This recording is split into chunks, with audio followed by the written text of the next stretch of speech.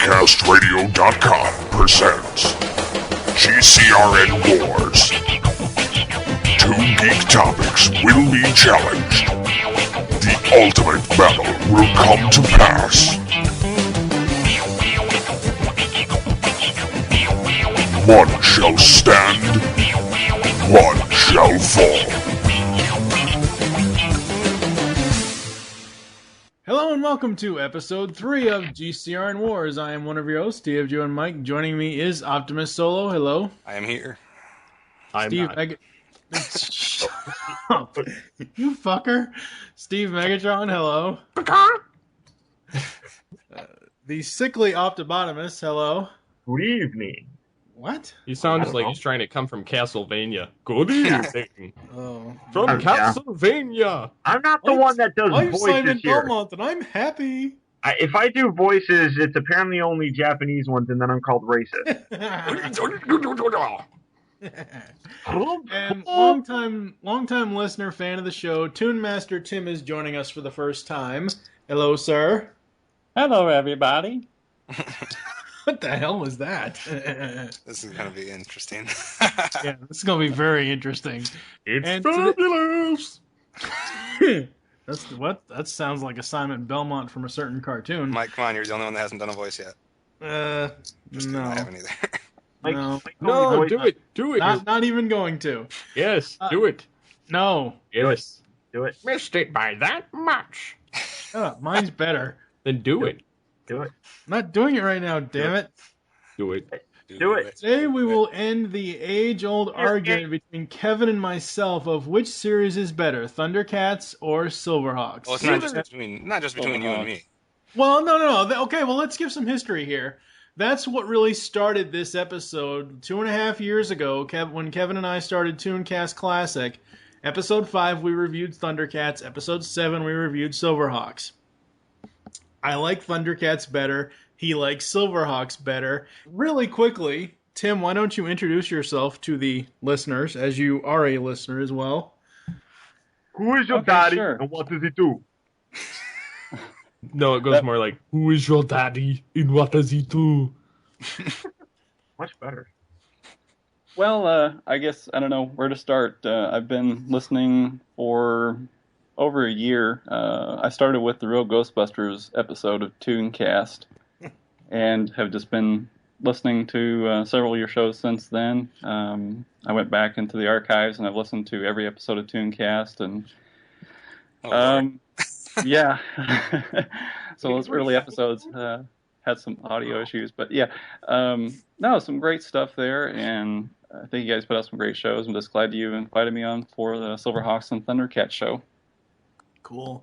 And going around the table really quickly, one sentence or less, what have you guys been up to this week, Steve? Too much to count.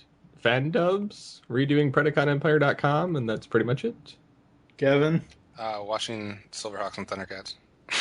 And screen capping every character that speaks in all of them. I've been screen capping, but I've been screen capping something else. Yeah, blah. Optibotimus, what have you been up to, sir? Really quickly, one sentence or less. Bacon. That's not a sentence, that's a statement. Well, it's I less like- than I like bacon. Period. All right, Kev, so why don't you just give a brief rundown as far as what this is going to entail, and then we'll get into it. Well, hopefully all you listeners out there have already listened to GCRN Wars Episode 2, which was our Flintstones versus Jetsons debacle, ultimate The battle Jetsons royale. won! In which the case the Jetsons beat the Flintstones 12-8 in the voting tallies. We're basically doing something very similar with slightly different categories here and there. We are comparing the Thundercats and the Silverhawks. We're basically talking about just the cartoon minus one exception, which we'll get to later on. But we've divvied up 20 different categories ranging from, writing to music to different characters to setting, all the way down the gamut. There's 20 different things. What we're going to do is we are going to introduce each of the 20 categories. We will go back and forth talking about them a little bit as far as everybody giving their opinions on them, maybe trying to convince the other people of what their position is. And then as we near the end of discussion for each individual topic, we will each cast our official vote for which show did whatever the topic was better. And since there's 5 of us, there will be no ties. Basically, how we set this up is now we're not all going to vote the same for everything. Right. We're not. I'm not all going to fan. vote on the same thing that we're all here for. Right. We can all vote for whatever we want to vote for. But how I originally set this up was, Tim and I are on the Thundercats side. Paul and Kevin are on the Silverhawks side, and Steve is in the middle, and he's being tugged in either direction. So I'm on the fence. Trying to convince Steve and the rest of the people that we're right in our opinions, and we'll kind of just go back and forth as far as who goes first and who talks and this and that. And honestly, there's some things that I'm dead set that Silverhawks is better. There's some things that I'm dead set that Thundercats are better, and there's a handful of things I am still undecided, and I want to hear everybody's opinions. So we'll see where it goes. I have the tally sheet ready to go and ready to keep score. So that's basically how it will work. Kevin is the mathematician of the Geekcast Radio Network, because none of the rest of us give a shit about math. We stupid. Or I'm the Excel geek. Yes, there you go. So let the games begin.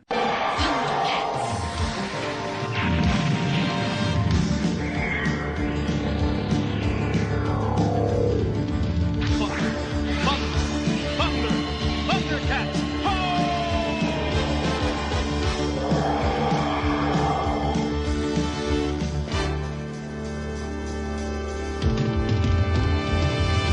Thundercats are on the move.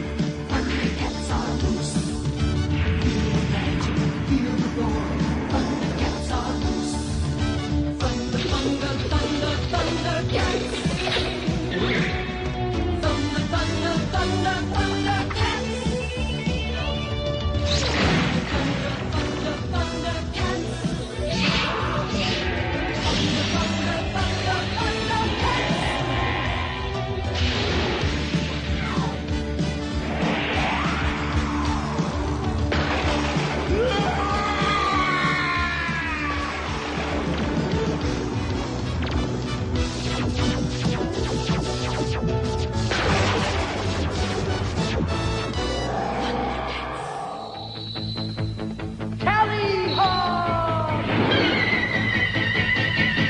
Wings of silver, nerves of steel. Silverhawks, partly metal, partly real. Silverhawks, soaring through the highway of the heavens in their flight. Silverhawks, a rainbow in the night.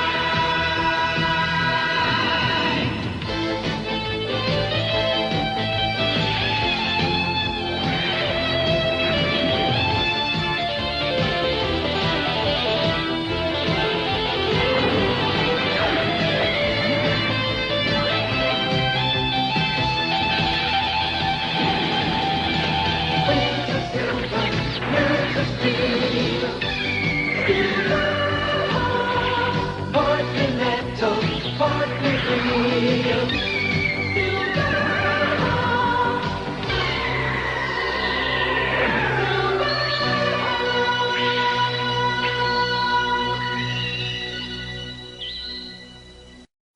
All right, so first up in our Ultimate Battle Royale, Thundercats versus Silverhawks it makes sense to start here because this is the first thing you hear every time you watch one of the shows, and those are the theme songs from each show.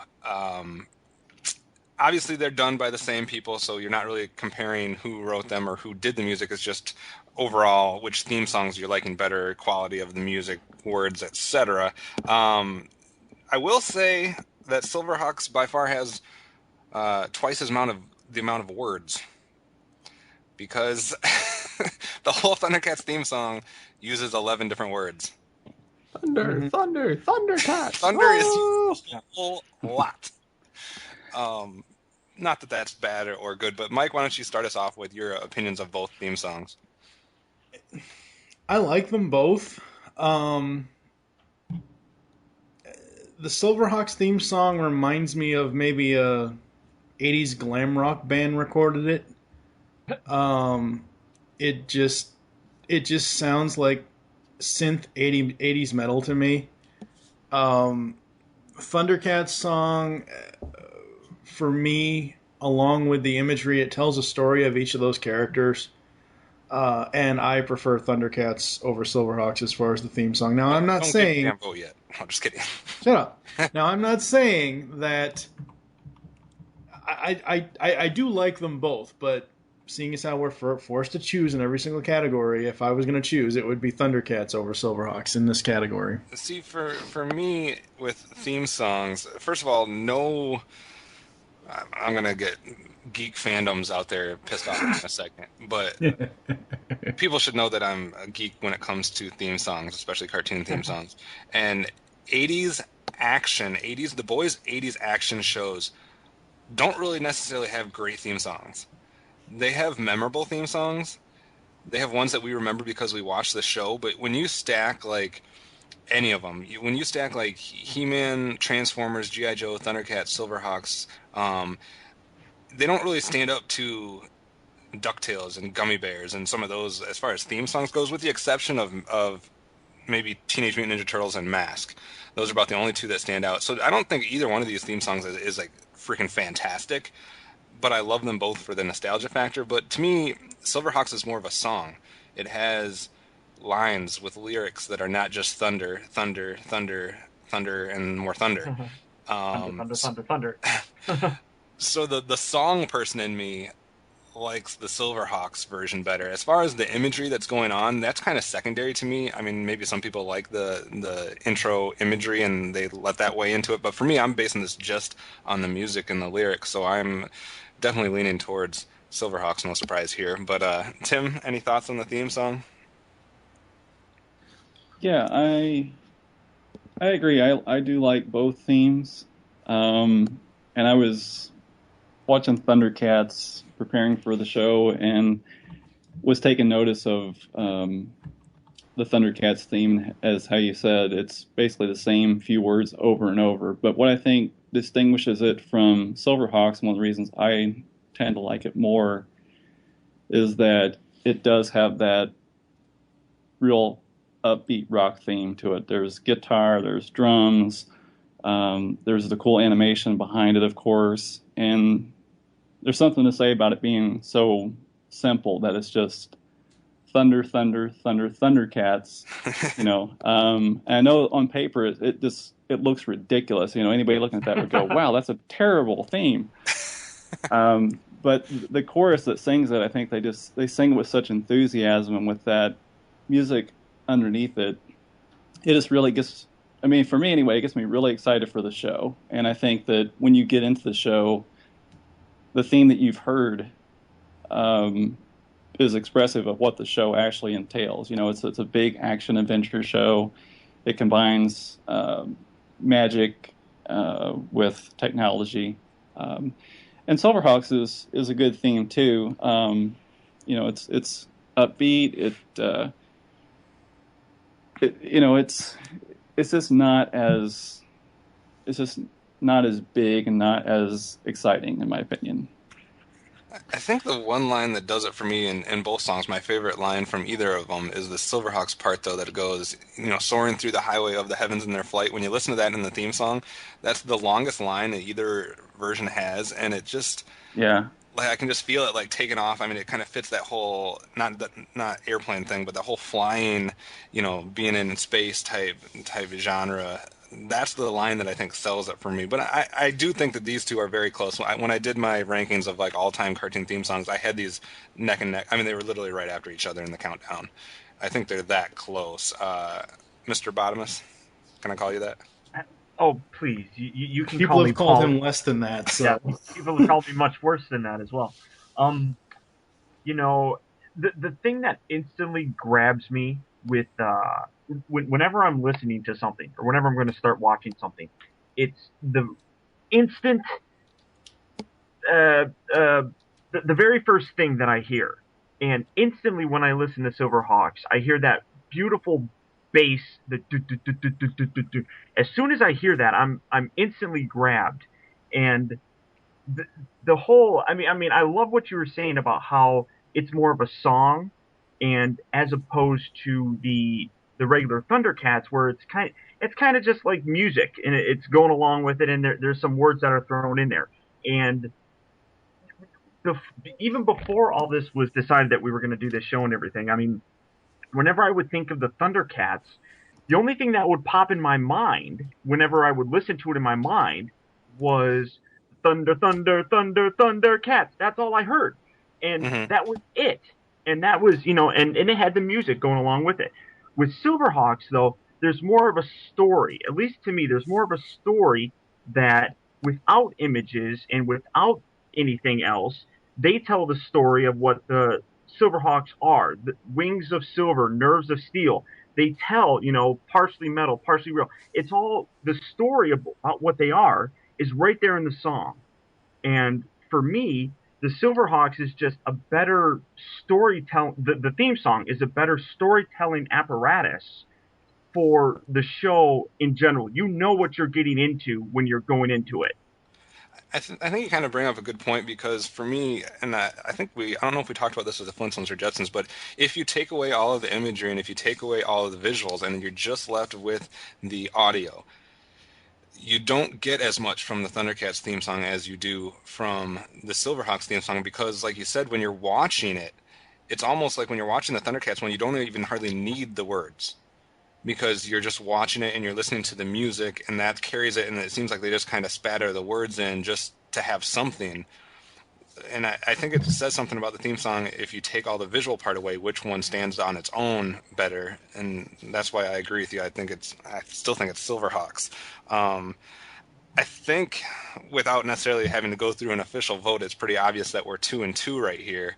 I think. Go ahead. Sorry. Go ahead, I was just going to say, I think those are really good and valid points. But also, I'm looking at the words of the theme song for Thundercats, and one of the things I'm noticing, and I hadn't paid attention to this before, is how like every line in the theme song is so memorable. Though, how people remember Thundercats are on the move, Thundercats are loose. Feel the magic, hear the roar. These are all almost taglines for the Thundercats franchise. Well, there is only 4 lines. Hey, yeah. Good point. So you better remember them, dang it. Yeah. Well, see, that's the thing, though. Now that we've been talking about this and we've been discussing this, I've been able to replay the song in my head as far as that goes. The Thundercats theme song, as Paul said, is more about the actual music, less about the lyrics. Yeah. And see, I'm a lyric guy, so I guess that's why I tend to gravitate towards songs that have more of the lyric and less of the music part, which is not everybody. Some people like the musical part better. Steve, I think we're going to have you break a tie on this one. Yeah, I have a feeling that's going to come down to that. No, I got $20 here, Steve. It depends on if that would actually get sent to me. Oh. Yeah. It's in the mail, dude. PayPal? Instantaneous email? But I accept bribes. Don't we all? Yes. Cheap whore. Yes. So I have to kind of give it and I'm going to start with a cop-out down in the middle, but I'm still going to make a decision by the end of it. I like both theme songs for what they are. And I do have to agree with you guys with the points that you've made as far as like Silverhawks does tell a story. So, I mean, in that sense, that one would be more memorable. But at the same time, the Thundercats, I mean, granted, yes, they have that audio in there just as filler for the visuals. But the kind of annoying part with it is they list thunder in there 23 times. Despite being attached to cats on some of them, it's still thunder in there 23 times. Sure. Whereas Silverhawks is in there 6. Not as much of an overkill. No. So, I mean, while I do have to give Thundercats that it is very, very upbeat, it does get me more psyched as far as the theme song is concerned for the show coming up ahead, for the tempo that's going on and everything. But Silverhawks does tell a better story of what you're going to be watching. So it's tough for me in this, but in that sense, I'm going to have to give it to Silverhawks. Only because it's more memorable telling you what you're watching. And the Silverhawks fans rejoice. Fuckers. You had So your that- chance to bribe me. So that is Paul's $20 paying off. And Look at that. the first topic. Our second topic, we're still kind of sticking along with stuff that's going to happen basically at the beginning of the shows and stuff you're first introduced to. Next one's a seemingly simple one. We're just looking at the actual show logos. It seems simple, but when creating a show, this is something that people spend a good deal of time on because the logo is everywhere. You know, the logo is what you see when the cartoon starts. The logo will be seen on toys. The logo will be seen on, commercials and stuff like that. So, I mean, the logo is an important piece to this. And you can visit our post. If you're not listening to this straight at Geekcast Radio, if you're listening to this through iTunes or something like that, you can go to geekcastradio.com and find the post. We'll have pictures of all of this stuff on the post, so you'll be able to see the logos if you don't know them from memory. But looking at the two logos, Mike, we haven't talked to you for a little while, so give me your thoughts on the two logos. Now, the two logos, the two images that you have linked are the main images for both shows. However, the Thundercats logo over the years, and even back then, had so many different versions to it. I prefer the one that actually happened in the actual show, partly because of at the end of the song, they've got, the Sword of Omens actually blending into the logo. Mm-hmm. Whereas the Silverhawks one, it's cool, it's interesting, but just don't care. Basically, the Thundercats one, you have usually a black background, or like Mike said, a background with the Sword of Omens. You have the traditional red, I don't know what you want to call it, Thundercat face, lion face thing, whatever, head. Thundercat logo, yeah. Thundercat logo. And then you have the Thundercats with their jagged-edged, like, cat-like font, whereas the Silverhawks, you're in space, it's kind of a bluish space background. You have a very clean, like, streamlined font using for the Silverhawks, kind of doing a little bit of the metallic look with the triangle Tallyhawk type Silverhawks logo above it. To me, the Thundercats logo, the font is one of the big selling points, and then the actual circular Thundercats logo versus the triangular Silverhawks logo. I just find the Thundercats logo a little bit more interesting, actually, on this one. The Silverhawks one seems too clean-cut and bland to me. But I mean, it's just the fact that it's just there. And as I said before, with the actual introduction on the Thundercats cartoon, the logo was interactive with the other imagery. Because as soon as you see Lionel hold the sword up, it then flips over into the logo. So, and the Silverhawks one, I mean, it's not like, it's not like the Mirage created the logo. I mean, it's not like one of their vehicles created this logo or somehow formed this logo for them. That's not how it happened, so... yeah, Thundercats all the way on this. who else wants to chime in on the logo? Paul, why don't you go first? Okay. In terms of the font, I do have to say that there's a little bit more interest or interesting things going on with the lettering. I do like the jagged claw looks of the Thundercats, but you talk about how the logo is formed out of the Sword of Omens and everything. The logo for Silverhawks is formed out of Tallyhawk's head. There's a scene towards the end of it where you have a group shot of them all standing there, and there's like these little flashes, and then it flashes on Tallyhawk's head, and then it comes back, and then you have the Silverhawks. And yeah, I like that imagery a little bit more. Now, if we're talking about the 2011 Thundercats, that's something a little bit different. No, we're just talking about the original ones. I know, but they're all, both of them are very simplistic. Both of them get the point across. But I love the group shot of all the Silverhawks there, and out of Tallyhawk's head comes this logo. So it's not much, but it's just a little bit of an edge that I have to give to the Silverhawks in that. I will say, just completely kind of unrelated, but as we've gone through the fandoms and progressed and people write these logos, they never write the names of these shows right. it is clear as day in both of these logos that there are two capital letters in each name. The S and the H on Silverhawks and the T and the C in Thundercats. Yet nobody writes those names like that. Yeah, I'm guilty of that. They all I write think everybody's guilty of that. They all write lowercase for both of those, and every time I write Thundercats, I write a capital C, and I'm like, why am I the only one doing this? But anyways, I just had to inject that. But Tim, what are your thoughts on the two logos? I agree with a lot of what you said, Kevin. I really like the Thundercats logo. I have a preference a bit over the Silverhawks logo just because of the claw lettering and that just striking orange logo with the cat inside.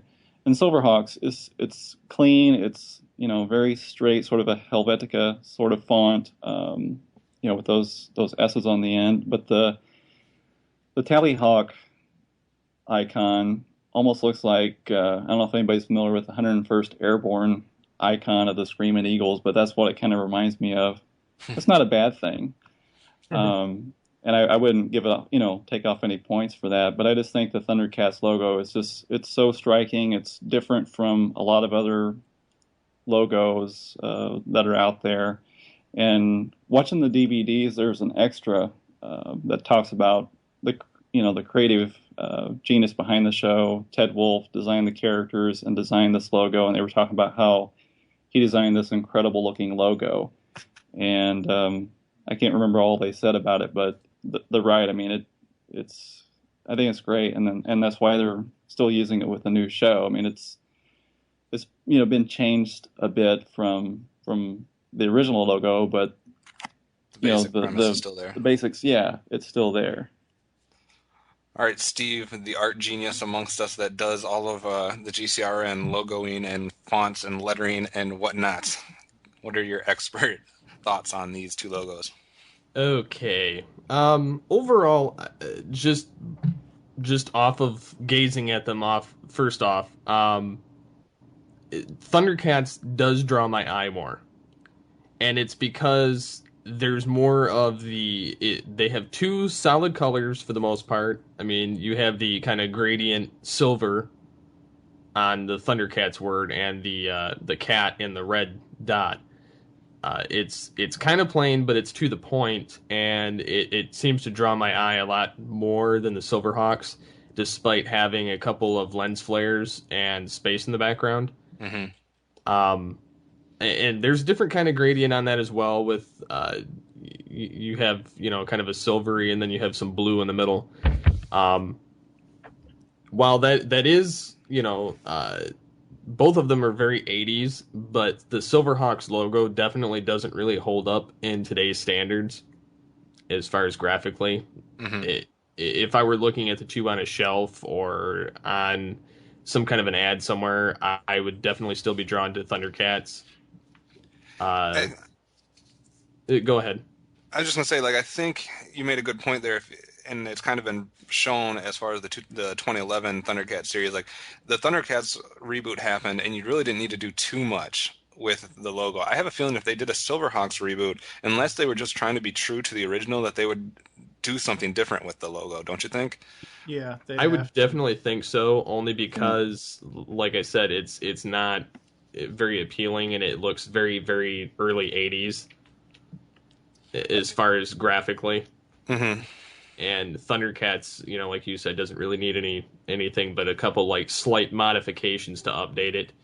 Kind of like how they did with Transformers or G.I. Joe. I mean, they're still pretty much the same mold. They just get slightly more updated. Mm-hmm. So on this one, I would definitely have to say Thundercats wins. Oh. And for me, I think really quick, Kevin, before you finish this up, I think that the thing between the two logos is I've only ever seen the Silverhawks logo as it is in the images that we're looking at. Well, it's different on... The Thundercats logo, I've seen multiple colors, multiple variations. Sometimes it's a black cat head inside the red. But they've also been around a lot longer.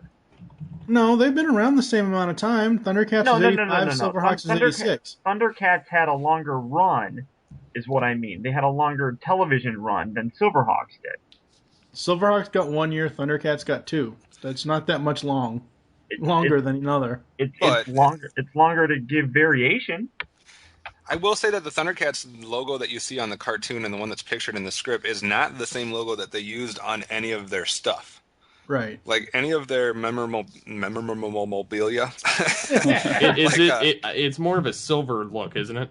Well, yeah, and it had instead of the Tallyhawk head being above it, it would be in between the two words, Silverhawks, mostly. Every once in a while it would be above it, but like on, like lunch boxes, or even if you have the DVDs, for example, it's a different logo, just slightly. But I still think, like Steve said, it still screams more 80s than the Thundercats one. I mean, I think it's easier to modify the Thundercats one than it is the Silverhawks one into modern day. Not that that's what we should be basing it off of, modern day times, but Right.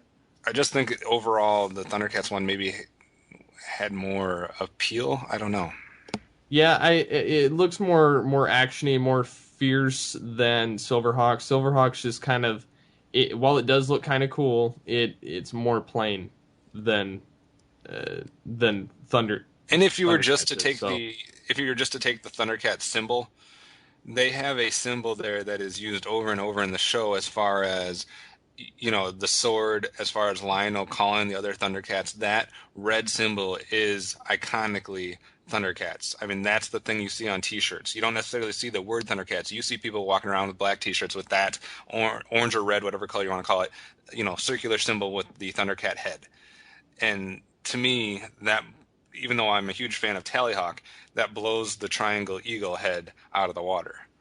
Oh yeah, Yeah, that's kind of what I was trying to say with the eagle, sort of symbolizing other logos that I've recognized, and Thundercats being, just so unique. When you see that cat head, whether it's, an orange cat head against a black background, or or orange cat head, or, whatever color it is against some background, exactly that, that's Thundercats. You recognize it immediately. That's like a symbol of the 80s almost.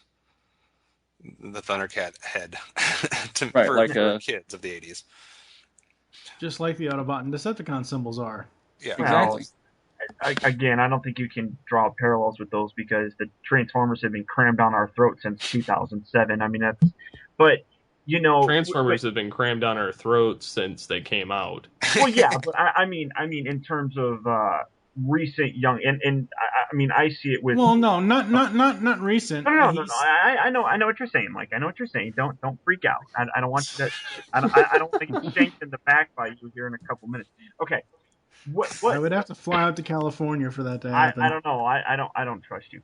When it comes down to it, like I said, I was always on the side of Silverhawks, but listening to your guys' discussion about this, one thing that I will have to say, and I'm actually going to change my vote. I'm changing it to the Thunderhawks. Or Thunderhawks? and the Silvercats. Nice. Isn't it in the middle? See how I did that? No. That'd be a cool crossover. No kidding.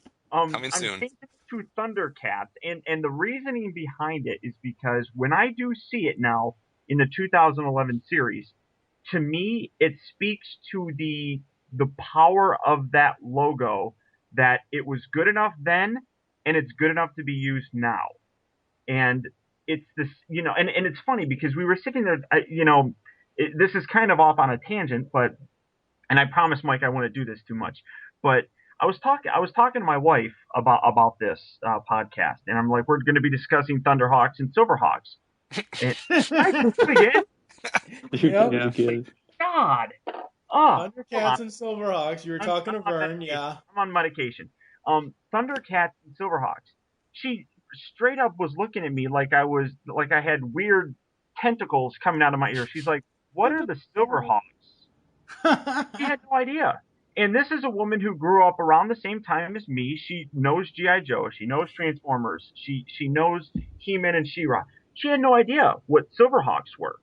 And to me, that speaks to the resonance of, now, and I have I mean, you guys were talking about T-shirts with the red dot with the Thundercats head in there. As do I. I have a T-shirt that has that, and she instantly knows what that is. If I were to walk around with Tallyhawk triangle, she would have no clue. And I think that's the resonance and the power of the Thundercats logo. So And I that's am like my vote. that's like Yeah. what Tim was saying too. You know, if someone was to walk around just with that triangle, just with the Tallyhawk triangle in the face, people would be like trying to figure out what that is, and people would be guessing stuff like, is that like a armed forces symbol? Is that an airplane symbol? Is that an animal? You know, some type of zoo symbol? People would not come up with Silverhawks right away. Whereas if you have the silver or the Thundercats circle logo, people know what that is. Right. I agree. Amen. So I think that does it for that category. We will move on to something else that you usually get a little bit of dose of right from the beginning and then throughout the rest of the cartoon, which is the overall music. Now we're not talking about the theme song at all here. We're talking about the musical themes, etc., that are used throughout the show, whether it be, you know, a theme for Lion-O or a theme for Monstar or different characters, or it might just be just audio that, you know, music that's being used in the background, that type of stuff. And I want to go first on this one because I want to make sure we're all considering the fact that Silverhawks has two musical characters built into the show. Bluegrass is a country singer, musical person, like his war hawk, if you want to call it, fighting hawk, is a guitar hawk type thing. And Larry Kenny, who does the voices, he even sings at different times in episodes, which I didn't remember happening until I was rewatching these. And he actually sings some country songs at some point, you know, just lines here and there as he's like almost singing the blues or whatever. And then you have Melodia on the villain side, who is like like Mike was kind of saying before, like an 80s glam punk rock diva type person before they were popular nowadays. Bluegrass and Melodia should get married. It's like Lady Gaga of the 80s. Did I just say that? Anyway. So, I mean, you have two musical characters in the show for Silverhawks, which provides a lot of opportunities and options for Silverhawks to do all kinds of crazy stuff with their musical themes. They don't just have like space age, like Silverhawk sounds. They have country sounds. They have this pop, like rocker sounds going on. And I think that kind of makes it a little more diverse on the Silverhawk side. Now, I'm not saying Thundercats doesn't have some badass themes, because they do. You know, when the Thunder Tank is getting going, or when Lion-O is about ready to call for the Thundercats. I mean, that's one of the most generally, like, gradually building musical themes in all of the 80s cartoons that I can think of, as far as getting you excited for what's going on. I think everybody knows, you know, when he put that sword up and did the Thundercats thing, you were about to get some kick-ass music coming along with it that you almost didn't even need words or dialogue for a few minutes after that, because the music was just carrying it.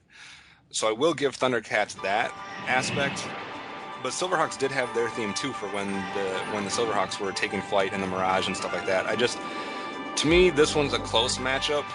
And I'm not going to necessarily cast my vote yet until I hear what everybody else has to say. Let's go to Mike as far as the musical themes. Everybody that's listened to me podcast since 2008 knows I absolutely love the Thunder Tank theme. However, I will agree with Kevin that some of the songs, more specifically to Melodia, because she is the villainess, she had some pretty kick-ass songs in Silverhawks.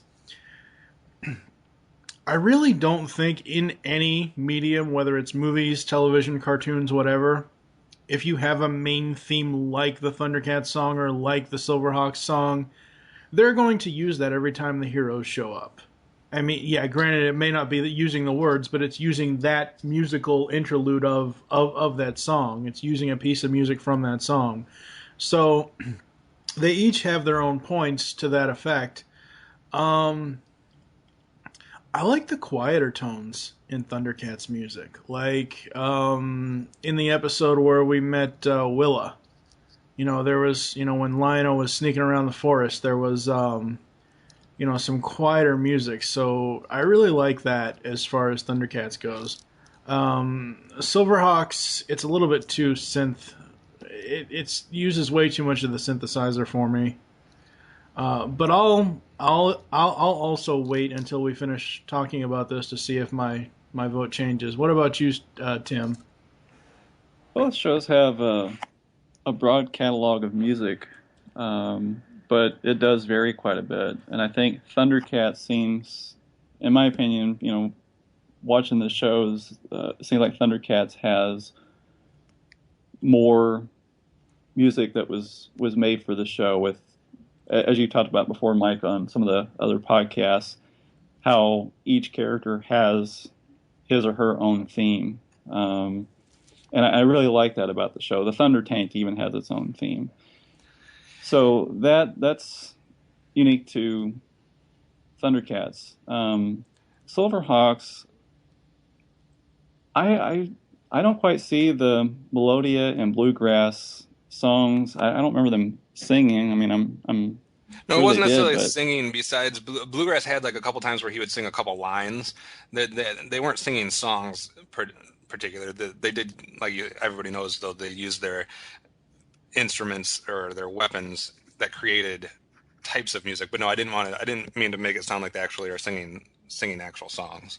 okay. I mean, I remember Bluegrass at, in some episodes, maybe singing a few lines, like I said, but I know like he and Melodia would play he would play his guitar and she would play her, what do you call that thing that's part piano, part guitar? Yeah. But she would play her instrument and, they would go at it. And but I didn't really find any of those pieces of music memorable that recurred in the show. And maybe they did, but the Thundercat ones, they did occur regularly in the show, depending on what scene had what characters in it. And then they also had these other musical segments that were very rarely played, but were sometimes it's kind of strange. Like there's this one episode where Tigra is in a cave and Mum-Ra tricks him into thinking he's this fairy. And oh God, I remember that episode. Ah, yeah, and that music is just kind of like, it's almost like carnival music or something. It's really weird. It's kind of dreamy. It's kind of hypnotic. And I was like, I mean, I watched that episode and it stuck in my head for a while, and it ended up showing up in some episodes later. I just want to pimp this out real quick. If anyone's interested in the music and wants even more in depth than we're giving on it, on the Season 2, Volume 1 DVD of Thundercats, there is, all of the special features are music related. They talk to Bernie Hoffer and the Rembrandts, and they go into the musical themes, the theme song, etc. So if someone wants more information on that, you can always go there. I just wanted to point out one quick thing. I didn't mean to interrupt you, but the Thundercats, you had mentioned that they did have themes for most of the individual characters, at least the main ones, as well as obviously, like Mike said, the Thunder Tank.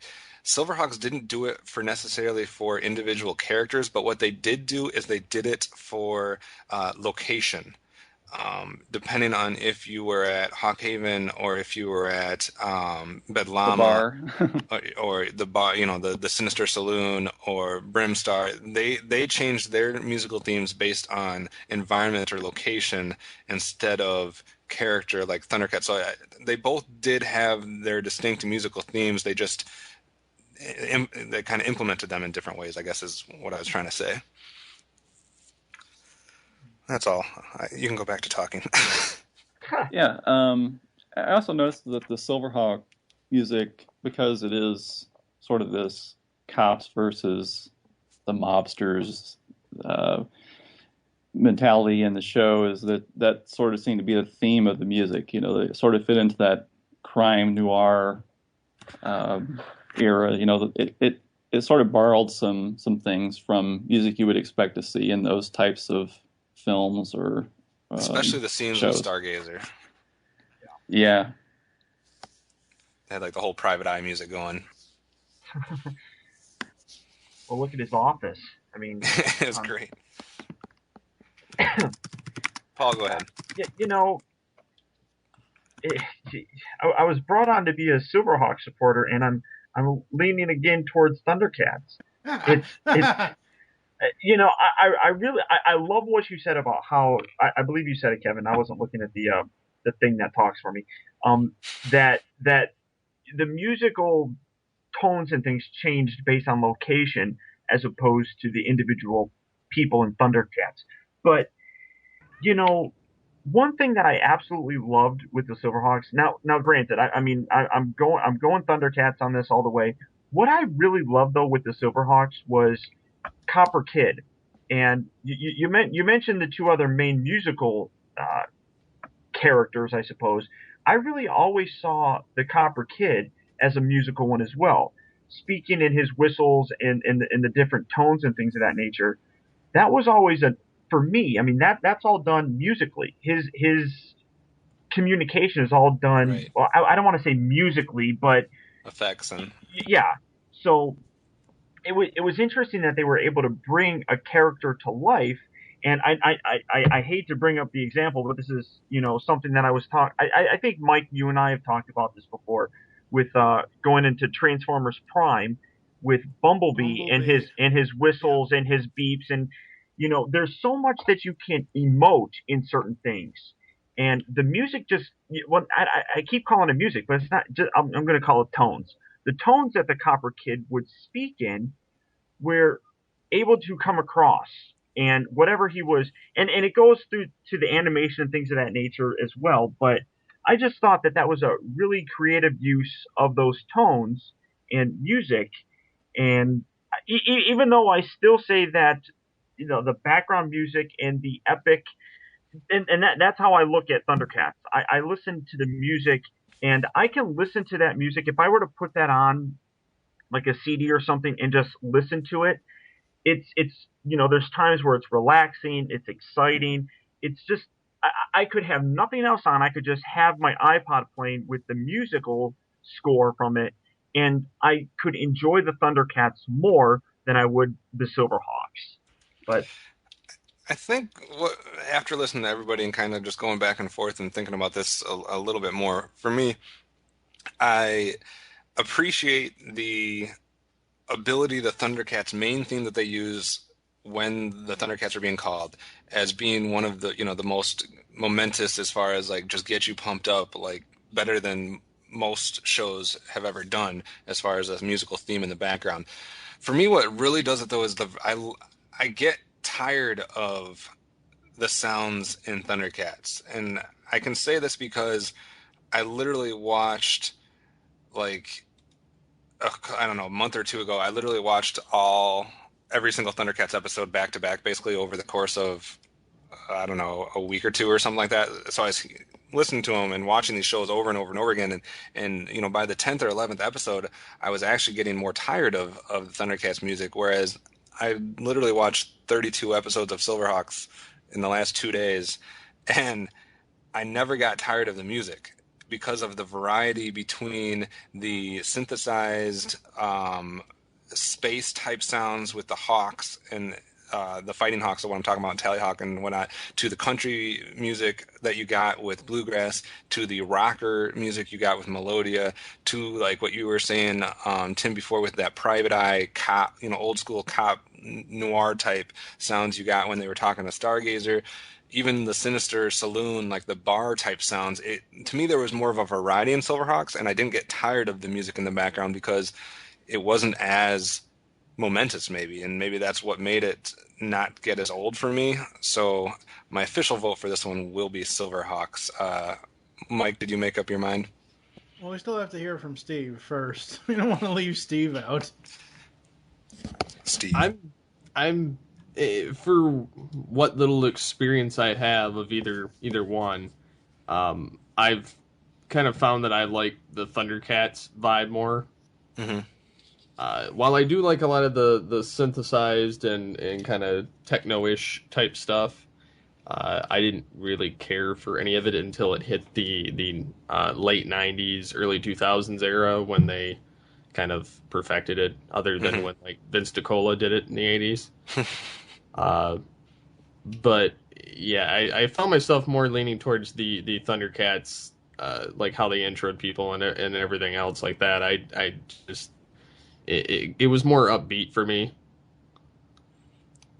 Fair enough. So Thundercats for me as well. Alrighty. Um, going on, getting away from music, since we've had a couple categories like that, and getting kind of into the nitty-gritty of the show, and it makes sense to start at the beginning when we first got our first couple episodes. And what I'm talking about is the actual backstories of the shows, the characters, etc.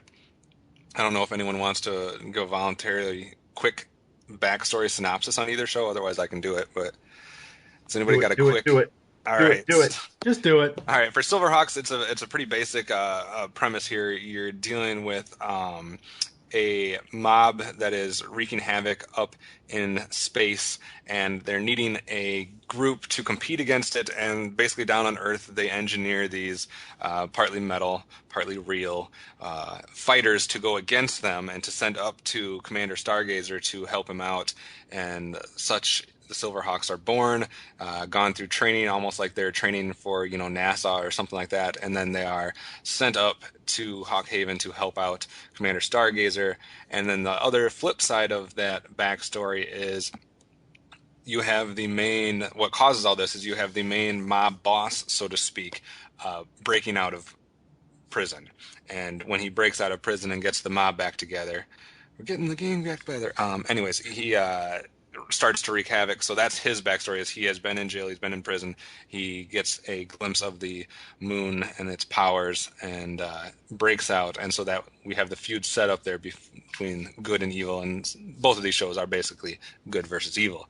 Thundercats, you start completely different. You start, obviously with the planet being destroyed, an escape ship basically trying to get out that is holding the original Thundercats, mutants chasing them down, trying to shoot them out of the sky, and everybody crashing on third Earth, basically. And then discovering that there's also another inhabitant of Third Earth, which would be Mum-Ra in his little pyramid. So I don't know really what more. That pyramid wasn't so little. That was a huge. Yeah, huge pyramid. So basically, it's mutants and Thundercats finding themselves in Mum-Ra's territory and discovering a new land and then discovering how to live on a new planet, etc. So yeah, those are the basic backstories. Mike, I'll let you. I'm not going to talk about my opinions yet. I'm going to go later, but Mike, go ahead. The one thing I want to point out here, specifically to Thundercats, if you watch Exodus and the episode right after it, the first 2 episodes of that series, they are eerily familiar to the very beginning of More Than Meets the Eye Part 1. Because, no, I'm dead serious.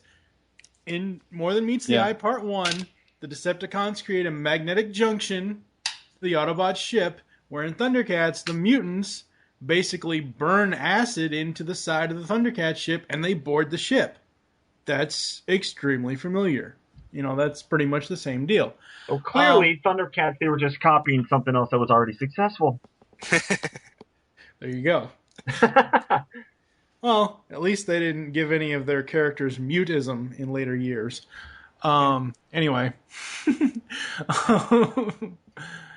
For me, I like both the origin stories separately. The Silverhawks to me is more of in line with Voltron's origin story as far as, going out into space, helping someone out, and then fighting this giant army and these gangsters, mobsters, king, whatever. I like the fact that they basically told you that unless Steelheart and Steel Will get prosthetic hearts, they can't go. I mean, that was something big. Mm-hmm. Did they ever really touch on that during the series? Because I noticed that watching the origin story, and I have just the first volume that was released on DVD. I haven't picked up the one that was recently released, volume 2. But I don't remember them ever touching on that. I think there might, and Kevin can correct me if I'm wrong on this, I think there might have been a couple episodes where if they overexerted themselves too much, or if they got, if they got too anxious or something, there was something wrong. And because they're twins, one feels the other's pain. I don't know. I could be wrong on that. They touched on the whole twin connection. They touched on, being able to almost sense each other's thoughts and feel each other's pain type stuff. But as far as the actual physical aspect of what was touched on in the origin story, granted, I haven't rewatched all 65 episodes. I've only watched about 32, 35, somewhere in there, because I had to start skipping because I was running out of time. So it could have happened in some of those episodes that I haven't watched since 1987 or whatever it was. But no, on the episodes I saw, they never actually touched on the whole traumatic beginnings as far as the prosthetic Right, and yeah. whatnot. But overall, for me, the origin story goes to Thundercats. Simply because that the reason why I say it is because that it's the story of, I mean, technically it's a Superman origin. Your planet blows up, you go to another planet, and you have these phenomenal new cosmic powers. Itty bitty living space. Yes. So basically, they stole from two other successful franchises to create their. Okay, all right, yeah, I see where you're going with this. I can. I better. like more, like, back then as a kid, I liked more of the sword and sorcery and the magic and the technology rather than just the technology of the Silverhawks, the metal body. That's why I'm. Go ahead. To me, it goes into how in-depth they're getting into the actual character's background. And I separate this between heroes and villains as far as the backstory goes. As far as, like, the heroes go, I think you get a little bit more into who the Thundercats are as characters in their backstory. Whereas outside of Steel Will and Steelheart, the Silverhawks basically, they're showing up and you're seeing them at the age when the show's going to take place, basically. You don't necessarily get into what was happening in Quicksilver's past. You know, Right. what happened to him before he became a Silverhawk. I mean, you get little quick synopsis, I guess, but it doesn't go as in-depth as to, it seems like you get to see a little bit more of the Thundercats. Not much, but you get to see a little bit more. Now, during the actual show, it might be different as far as backstory as it's revealed throughout the show. But as far as just the origin stories, as far as, like, you know, just the first couple episodes of each series, you get a little bit more, I think, as far as what was happening to the Thundercats before they show up on Third Earth. Whereas Silverhawks, it's like, here's the people, they're going, and then you learn about them as they go. Now, the flip side of that is the villain part.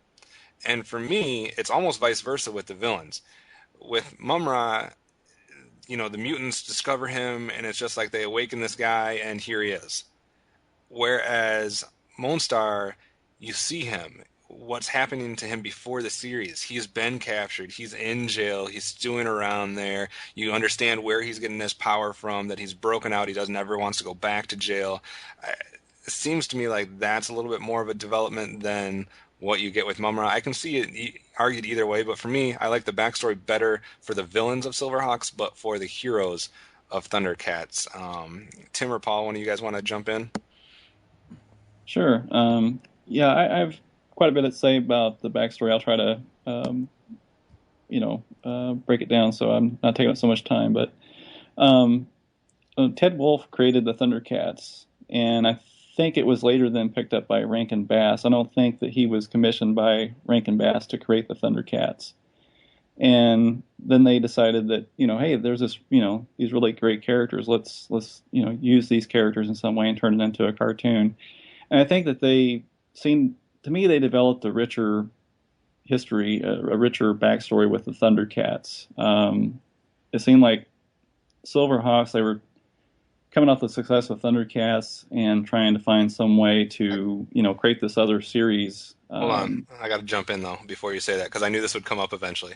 We got to set the record straight here, and I don't mean to call you out or anything, but both series were pitched originally at the same meeting. The Thundercats and Silverhawks idea, concept, and everything were pitched together. All the Silverhawks episodes, true, were not made all before the Thundercats, but all 65 episodes of Silverhawks were already done with as far as written and everything before the very first Thundercats episode even aired. Interesting. This is on one of the special features, I believe, on the Silverhawks set. where they say that they pitched Thundercats. That was the main reason why they were pitching it, and then they just kind of slid in at the end and said, "And we also have this," as far as the Silverhawks goes. Yeah. But then the main lady, I can't remember her name though, that was behind it, said that literally all the Silverhawks shows were done as far as writing goes and development. I mean, they weren't made obviously, but they were already written basically before the first Thundercats episode aired. And I think it's very common for everybody to say that Silverhawks was just playing off of the success of Thundercats. Now, I'm not saying if Thundercats bombed, maybe there would have never been a Silverhawk. So it is partly due to their success that they were able to make the show. But I don't want anybody to misinterpret the ideas that happened during Silverhawks to be taken because Thundercats was successful, because they had no idea Thundercats was going to be successful when they wrote Silverhawks. Okay, I said my piece. Continue on. All right, now I have a piece before Tim continues, because I have to counteract what Kevin just said. Larry Kenney told us in the original interview that we did with him that they were recording voices in 1983 for Thundercats.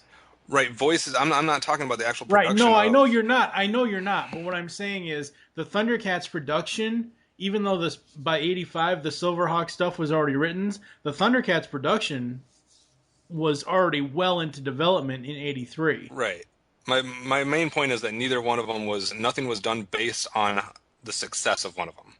Right. It could have been allowed to be produced and made into a show because of the success of Thundercats, but as far as the stuff behind the scenes had nothing to do with Thundercats' success. It had already been done by that point. Right. Okay, Tim, you can continue now. Sorry. Oh, no. And I appreciate that backstory on that, Kevin, because I didn't know that was the case. But I will say, I'll rephrase, that it feels to me like Thundercats was the superior product. And it aired first. I saw it first. And then along comes Silverhawks. So it seemed like Thundercats was the one that was the success first, and then they tried to create something else to match that success. So to me it was like, oh, we're doing this, but now it's in space, and didn't quite appeal to me as much. I did watch it as a kid. I enjoyed Silverhawks. I can't say that I enjoyed it as much watching it again as an adult, the way I did with Thundercats. But I also think one of the things that appeals to me about the backstory of Thundercats over the Silverhawks is that, they're leaving their homeland, their homeworld. Lion-O is this young cub, as they call him. And you've got Jaga, the wise one, who's, they're telling them all is going to be okay. And, he's, helping Lion-O. He's giving him some guidance that's going to help him later on as he grows, which he doesn't really quite understand at that point. And then they go into stasis lock, and Jaga basically tells them, I'm too old, I'm not even going to survive, so I have to pilot this ship to get you to this planet that Panthro said has a 99.7% chance of sustaining life, air that we can breathe. I just find that so fascinating. And then they crash on the planet, and Lion-O has to defend the ship by himself against the mutants who are there to scavenge the ship and take what is there. And then Jaga shows up. And that's one of the aspects I really love about Thundercats too, is that Jaga is there. He's a mentor, he's a spirit, and it just adds something to the series. The Silverhawks opening, it's basically two parts. The first part is all about Monstar getting out of prison, because the opening is Commander Stargazer reporting to Earth and saying, I need help. And they're saying, okay, give me this report. And he gives them this report and says, okay, this time Monstar, basically breaks out of prison. So the whole first half of the episode is Monstar breaking out of prison. And then the second half is on Earth, where they're turning these humans into, partly metal, partly real Silverhawks, so that they can withstand the trip in space, to Hawk Haven to help Commander Stargazer. So you don't even really, the Silverhawks don't even get to Commander Stargazer until the second episode of the series. Right. It's a kind of interesting way to introduce things where you don't really give the main characters in the first episode so much. Yeah, and actually, when they started off that episode, they introduced all the characters. So Silverhawks opens up, and they tell you basically, who the players are, and you get to see all the villains. Um, so they're both good. I can almost call this one as a tie, honestly. Maybe Paul will be able to convince you one way or the other. I doubt it. Yeah. For me, my interests as a kid were the robots and the things of that sort of nature. So naturally, I would gravitate towards the Silverhawks. I'm like, oh wow, they're becoming cyborgs. Basically, that's so cool. So that's something that, excuse me, would play into my personal interests. Now, for and Tim, you brought up a terrific point that the entire first episode of Silverhawks is basically the introduction of the main villain, and for me, I really do like that. It's something that's completely different. Every other series that has come before then, you get the huge backstory about these good guys and why they're good guys. I mean, they're already good guys. We already know that. We don't need to know how they became good guys. But with Monstar, I loved seeing things from his perspective right up front because this is a guy who's evil. He's just a bad dude, and we get to know why he's like that and what goes into his mentality and things of that nature. It's for me, it's just something that's radically different than anything that we've ever gotten before. We always get the good guys. It's always the good guys' perspective. And I mean, I know you could say, well, he's a bad guy. That's we know he's going to be a bad guy, but it's just something that's different. And I remember as a kid watching it and seeing him, and as opposed to seeing Lion-O, using the Sword of Omens for the first time, we get to see Monstar using his powers for the first time, and getting like, ooh, So for me, it was I instantly got a sense of how powerful this guy is and how serious he is. So that was something that always stuck in my mind, and I always kind of remembered that. And I, I, I don't want to say I appreciated it more, but it was definitely something that was different, and it was just for me different. That's all I can really think of. I mean, everything else is. I mean, Mike brought up, how, and I jokingly, made comments about how it's just like other, So when I'm watching Thundercats, Mike, you're right. I saw that introduction in Transformers. I saw the planet blowing up with Superman. It was the same kind of stuff. So now imagine Superman, but instead of starting off with the origin of Superman, we got the origin of Lex Luthor. It would kind of, in my mind, it would give a different kind of tone to the movie in general. And that's what I really liked about the Silverhawks. So I'm sticking with Silverhawks on that one. Fair enough. Steve, any comments on stuff that we've been saying before we all give our final vote on the actual backstory? I actually have to go back to what you said earlier, and actually I completely agree with your statement, so it's actually kind of moot for me to repeat it. Which statement? Yeah, we don't remember. It was a long I don't time. remember everybody else's talk since then, but I remembered agreeing with you. Oh, okay, gotcha. That's what you're saying. It was probably the thing where you said about that Thundercats was more backstory for the heroes and Silverhawks was more Yes. backstory for the villain. Yes, that's Gotcha. what it was. Well, Mike, did you give a definite vote on this one yet? Thundercats. You said Thundercats. Paul says Silverhawks. Tim, what was your vote? It's gonna hurt me, but I'm gonna say Silverhawks. Why? Oh, Steve? Thundercats. oh! Everybody's getting shanked tonight. Oh, I guess that means I have to break the tie on this one. Yep. Oh, man. $20.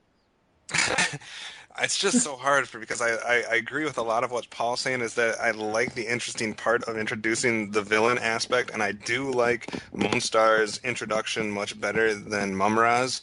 And Oh, I just thought of something. Go ahead. I just thought of something.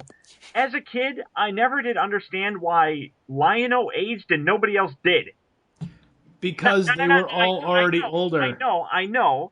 Now that I am 33 years old and I've gone back and rewatched it, it now makes sense. But But to as a a kid. kid, made no damn sense to me whatsoever. I do remember it for a little bit as a kid being confused as to that as well, because I was pretty young when I watched this for the first time, and I didn't, it's not like today where you miss something or you don't understand something, you just click on the internet or something and go back and rewatch it. There wasn't YouTube back then. Yeah, you Yeah, watch. no, there was no YouTube That's back what I'm then. saying. You can't do that back then. So back then you saw these episodes one time, and it would have been a long time before you saw that episode again. Right, because of syndication. Now, I will say, now that Paul brought that up, though, the way I see it is Jaga had said that he would never survive the suspension Jaga stuff. won it. Jaga Right, won. right. Jaga wouldn't because he was already so old. However, when Chitara, Tigra, and Panthro specifically, those three, think of them when they started in Exodus, when they first started. Think of them as maybe 25 years old. I see where you're going. And by I see the where you're time they going. got to Third Earth, they were 35 years Okay, old. I see where you're going, but then why weren't Wily, Kit, and Cat older? I don't know about That's that. right. That's right. Okay, You so are the weakest link. Goodbye. Another thing that's interesting is that the Thundercats and the Silverhawks both have sci-fi backstories. Right. Like they're both completely science fiction origin stories. Which one makes more sense? As a kid, Silverhawks. Which one was more unique? Silverhawks. Which one was more interesting from the hero standpoint? Thundercats. For the uniqueness alone, just because we've seen it before, Thundercats, we saw it in other things, like Mike said, we saw it in different things, the same basic origin story. I'm going to give it to the uniqueness of Silverhawks. Boo. Cha-ching. So, backstory is a tough one, and I still don't even know if I made the right choice. But moving on to the next topic, which is the setting, basically. And what I mean by the setting is Third Earth, as far as the Thundercats go, versus the Galaxy of Limbo, as far as Silverhawks go. And I'd like to say my piece first here, because this is something that has always bugged me. And I love sword and sorcery stuff. I love Dungeons and Dragons. I love He-Man.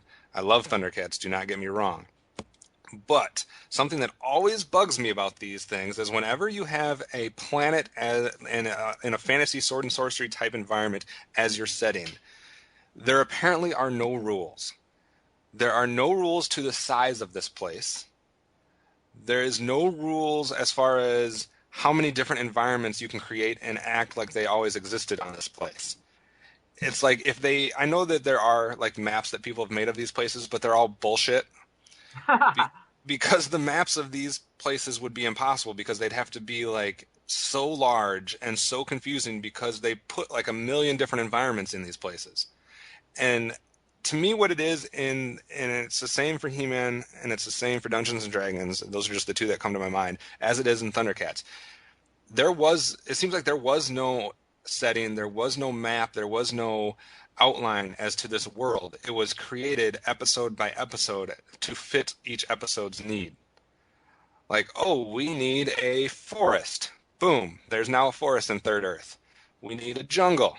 Boom, we will create a jungle. We'll name it, and we won't even tell you where it's at in relation to the other places, but it's just over there somewhere. And that's always bugged me about all of those shows. On the contrary, Silverhawks has a map shown in one of the episodes, in one of the early episodes, where it shows all of the planets in relation to each other.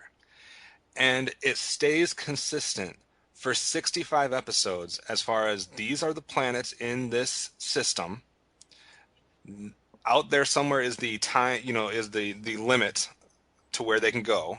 The Silverhawks have no jurisdiction past that limit, and they very rarely talk about anything outside of that limit. So within their limit, they have a set universe. They have a set environment with set planets. You have Bedlama, you have Hawkhaven, you have Brimstar, you have Fence, you have Dolar, you have all of these things that have their distinct environment. And I appreciate that more because it doesn't seem like something where the writers can just create new stuff to the environment every single time to fit their needs.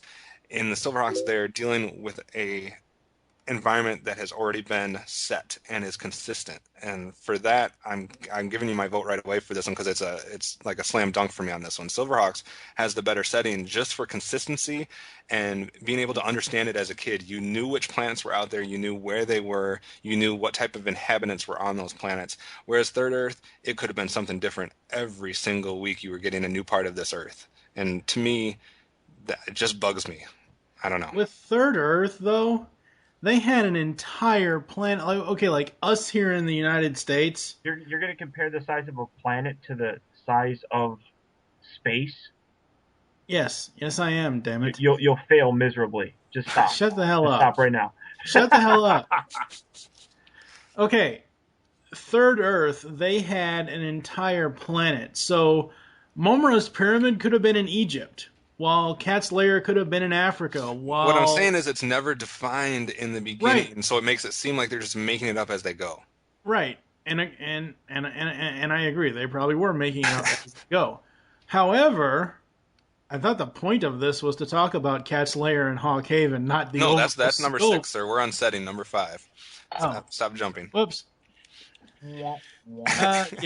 I like Third Earth because it was. I liked it because it was every unique setting was so unique. It wasn't just the same, you could make different planets have different things, but there's, it's just on one planet, and there's so much that you can do on one planet instead of having to go to 20 different planets and then have one fall off the map because it no longer exists. Oh, hi, Mickey's dog. But see, setting also, I mean, besides just the actual physical places, to me has to do with the inhabitants of these environments too. Mm-hmm. Thundercats, you literally have 1,000 different people you come across. Right.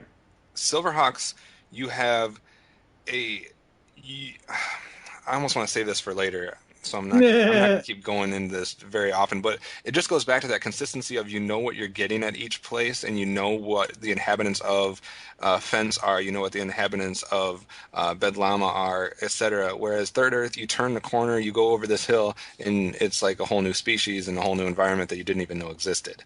Okay, but that's the point, though, with the two versions, because in Third Earth and in Thundercats, their planet blew up. They're exploring this new planet. I get that, but I like I said, it's not. This isn't a gripe of mine specific for Thundercats. This is a gripe of mine to any sword and sorcery fantasy type setting that does this. And to me, if they had a map or something laid out or something to give some logical, like Lord of the Rings did it. Like Lord of the Rings. Here we go. No, I'm saying it's a fantasy, it's a sword and sorcery basic thing, but you understood. But you knew where Mordor was in relation to the Shire. Right. Yeah. See, I completely agree with Kevin on this one. That, and I think what it boils down to is you don't know where. I mean, you have the primary mode of transportation for the Thundercats is the Thunder Tank. You can literally go from an ocean to a forest to a desert in a span of like no time at all. Like it's just down the block, which for me makes it seem as if their planet is like the size of LA. I mean, it really is kind of ridiculous. And I appreciate that they have all these environments, but it works better when you're in the vastness of space, where you have one planet that is like this and you have another planet that is like this. And you see them traveling there through the mirage. And, there's space dwelling organisms that these people are riding on to get from point A to point B. And it seems more realistic. Whereas when you're looking at Third Earth, it's like, oh, I'm going to go over to the desert and I'm just going to walk out my front door and it's going to be there. I mean, it just doesn't, there's no cohesion there. And I couldn't stand that either. That was always one thing that bugged me. And, looking at it through the context of storytelling, I understand why they do it, and I mean it makes sense. I mean, we're going to have a story about the Burbles, and here's the forest. Okay, that's fine. Now we're gonna, go over to Mumron. He's in a pyramid in a desert. That's fine. I mean, I understand for the story, they kind of, I don't want to say they had to do it, but it just seemed like they got lazy with it. And at least with Silverhawks, I mean, yes, it was very simple. You can go from one planet to the next planet, but at least it explained why there is so much of a difference in terms of the different settings. For me, it was easier as a kid to conceptualize it, understand it, and accept it. And as a kid, like I said, with He-Man, with all these other ones, I always couldn't accept the fact that every week there was a place that we were not. It didn't have a place in my brain in that show up to until that week. And I'm like, wait a second, we've never heard about this place before. Right. And I think that was the problem as a kid, is watching it through a child's mind. In Silverhawks, everything had a space and a spot and a location that made sense in my brain. And every week I wasn't like trying to figure out where the heck they came up with this place. Right. Tim? Yeah, I like Thundercats for the reasons that Kevin hates it, and I and I hate Silverhawks' settings for the reason that Kevin likes it. The mapping thing, it doesn't mean anything to me. I just don't care. And I know the whole J.R.R.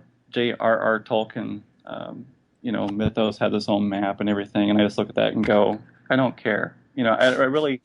That's because you are not a historian, geographic person. No, I'm just kidding. And that may be. I really like the just the discovery aspect of Thundercats. I like tuning in every week to find out where they're going to be next. And I know it doesn't necessarily make sense. I can understand the argument that they've got a tank, but yet they're going to all these places, and how fast does this tank go? How can they possibly get here and there and do it so quickly? But I also remember there were episodes where they would go out in the tank, or they would maybe go out in the feliner, and they wouldn't be back the next episode necessarily. And we don't really know how much time there was between episodes. Right. But I really liked that because it gave the writers freedom to just put the Thundercats in all these different environments and meet different characters. And as Mike was saying, it's a planet. We don't know how big Third Earth is. It could be huge. I mean, look at all the different terrain there is on Earth, and Earth really isn't that big of a planet.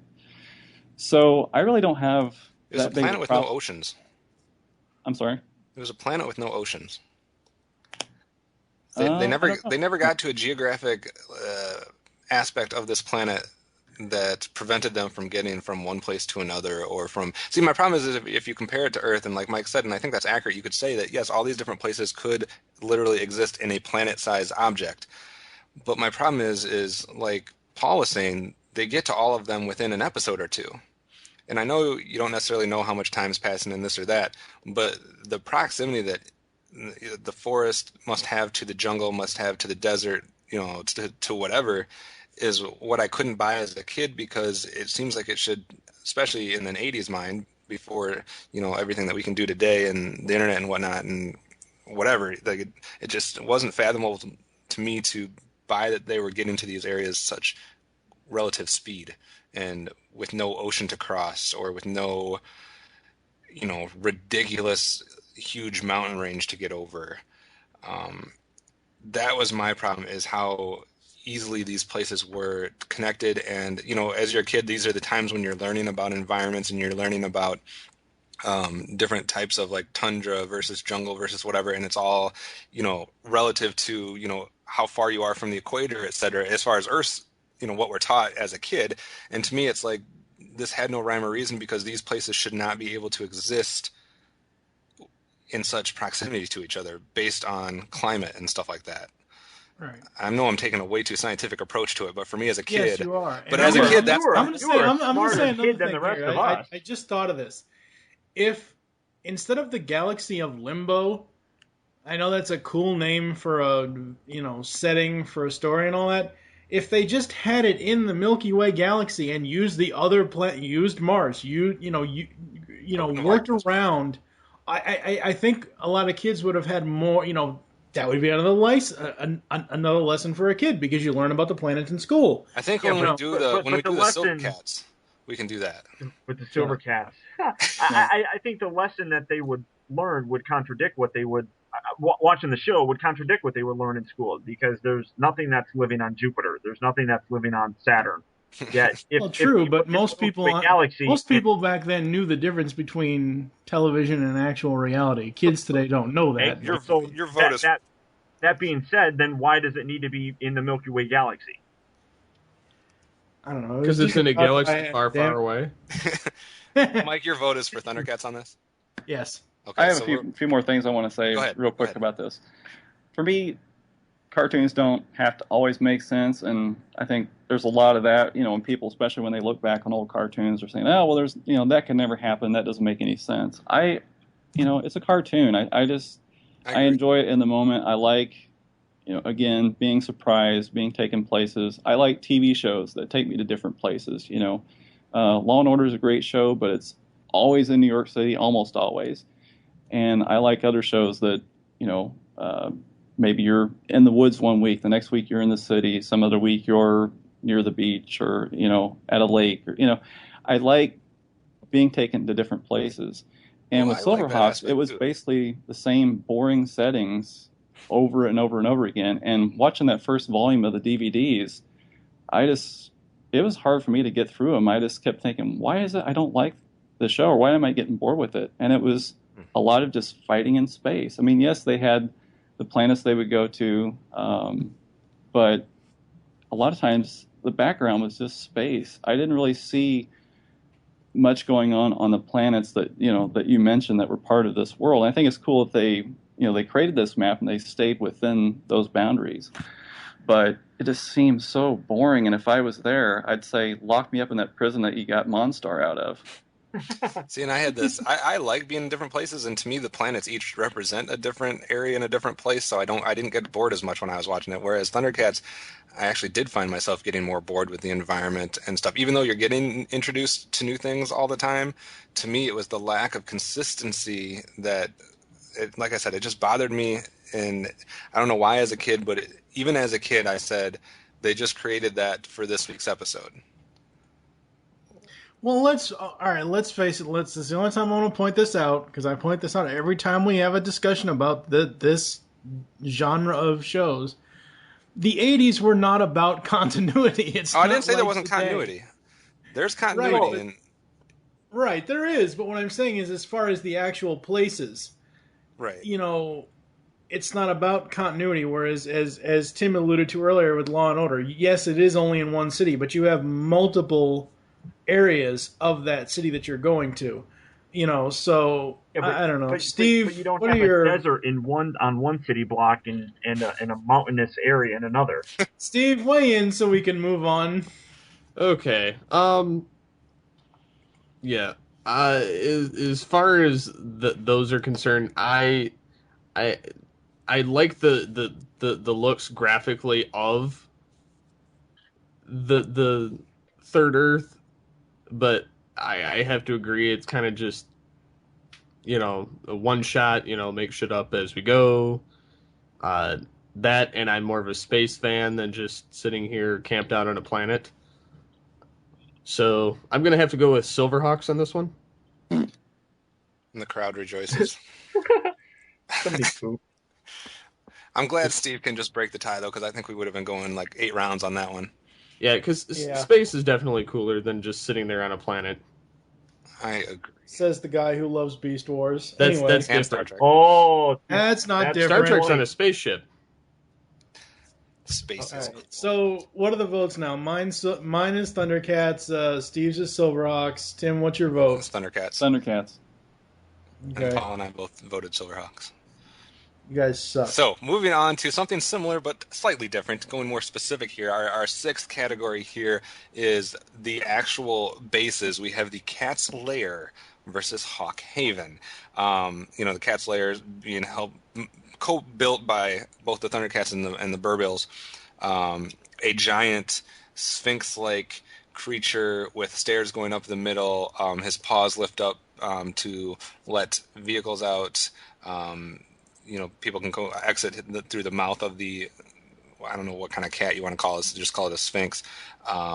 Whereas Hawkhaven is basically like a planet type, smaller than a planet, but like a asteroid, I don't know, sized thing with a hawk coming out of it, and then the middle of it has an opening where the Silverhawks can exit, the ships can exit, etc. Very similar in some ways, but very different in others. We haven't started with Tim before, so let's start with Tim real quick on the bases as far as your thoughts on Cat's Lair versus Hawkhaven. They're both great designs. I really do like both of them, but Hawkhaven is just a bird perched on an egg. There's really not much very exciting there.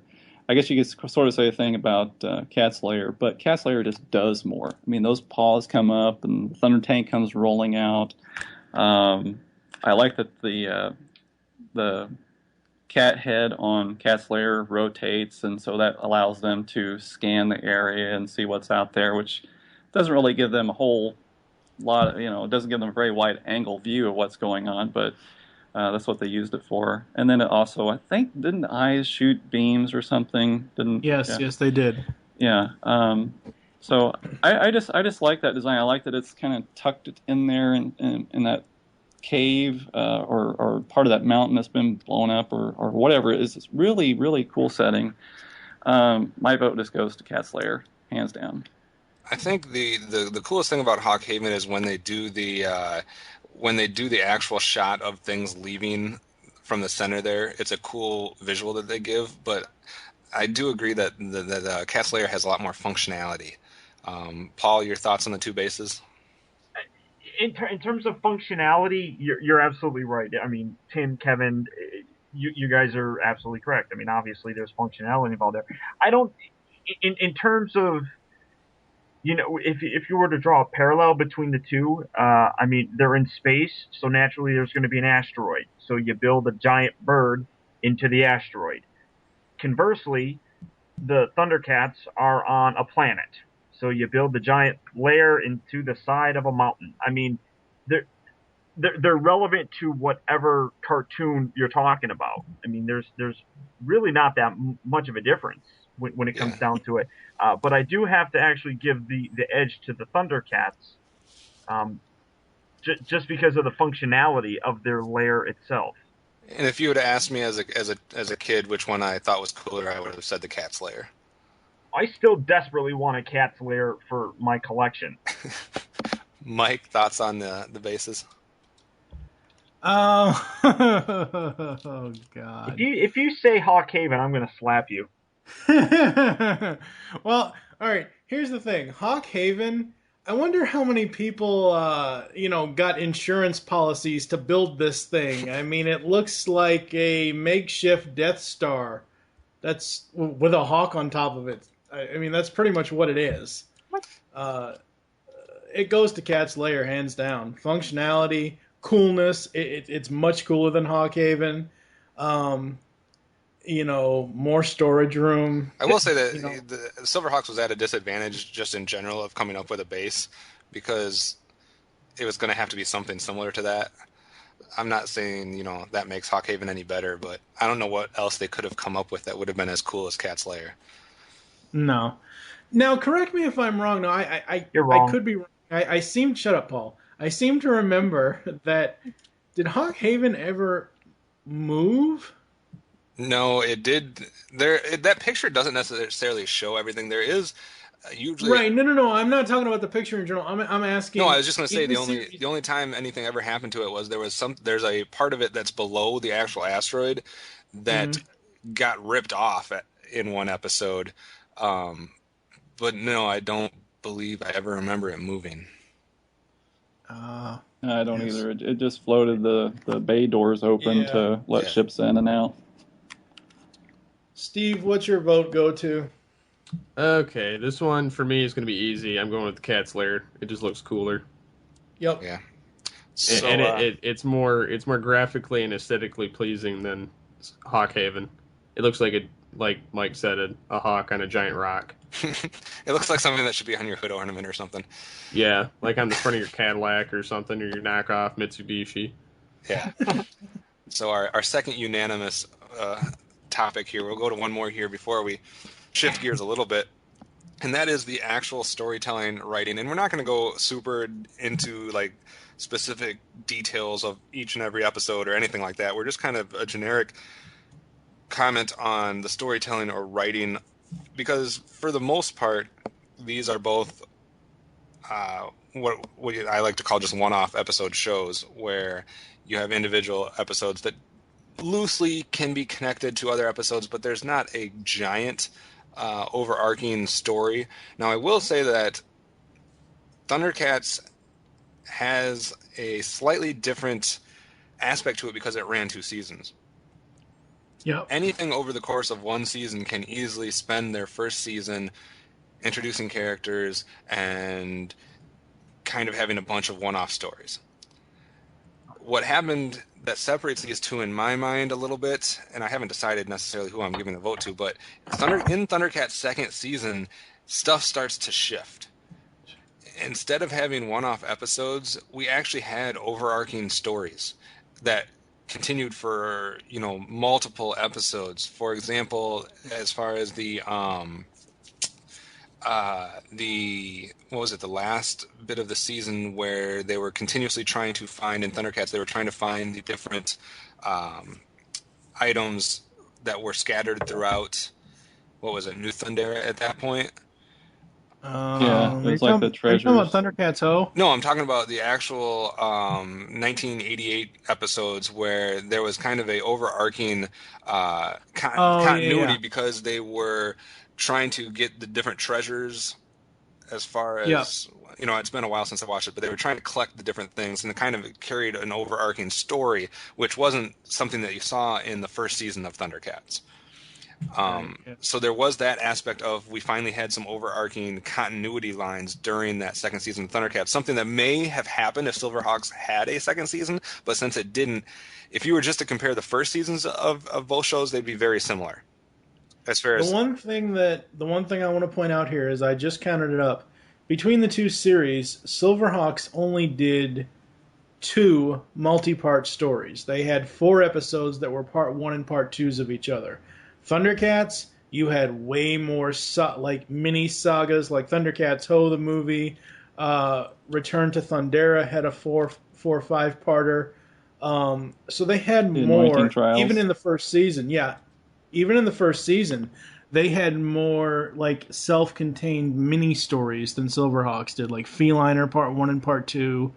But overall, both of them have had their, regular Villain of the Week or Story of the Week episodes as well. Well, just to correct a minor flaw there, Silverhawks had 3 two-parters, but that's not really that many more than 2, so that's fine. But Thundercats still had more. no, but my point is, my point is, in the first season of Thundercats, you actually had less than that. You only had the 1. You had Feliner Part 1 and Part 2. So my point was, if you're just comparing the first of them, it's different. But as soon as the other stuff comes in Thundercats, where you have the Thundercats whole movie, and then you have the Mum-Ra Lives, because what they did is they started every year with a basically a 5-parter. So to speak. So it was that extra boost that they got, an opportunity to do stuff after that season 1, that separates as far as if you're just looking at a continuity or that aspect of the show. As far as the individual storytelling, I mean, it kind of comes down to maybe a little bit of, space stories, whereas in Silverhawks you're constantly trying to capture the mob and put them behind bars. Whereas in Thundercats, it's more about the Sword of Omens, getting a hold of that, maintaining the power over Third Earth, etc. So the stories are very different. I'm not saying which ones are better. If you're going based on which one had more continuity and story arcs, you might have to go with Thundercats.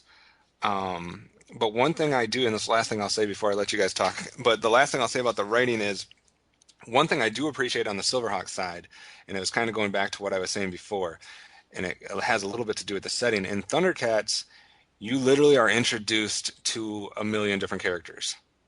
And I know this because I screen capped pics of every single person, and that talks.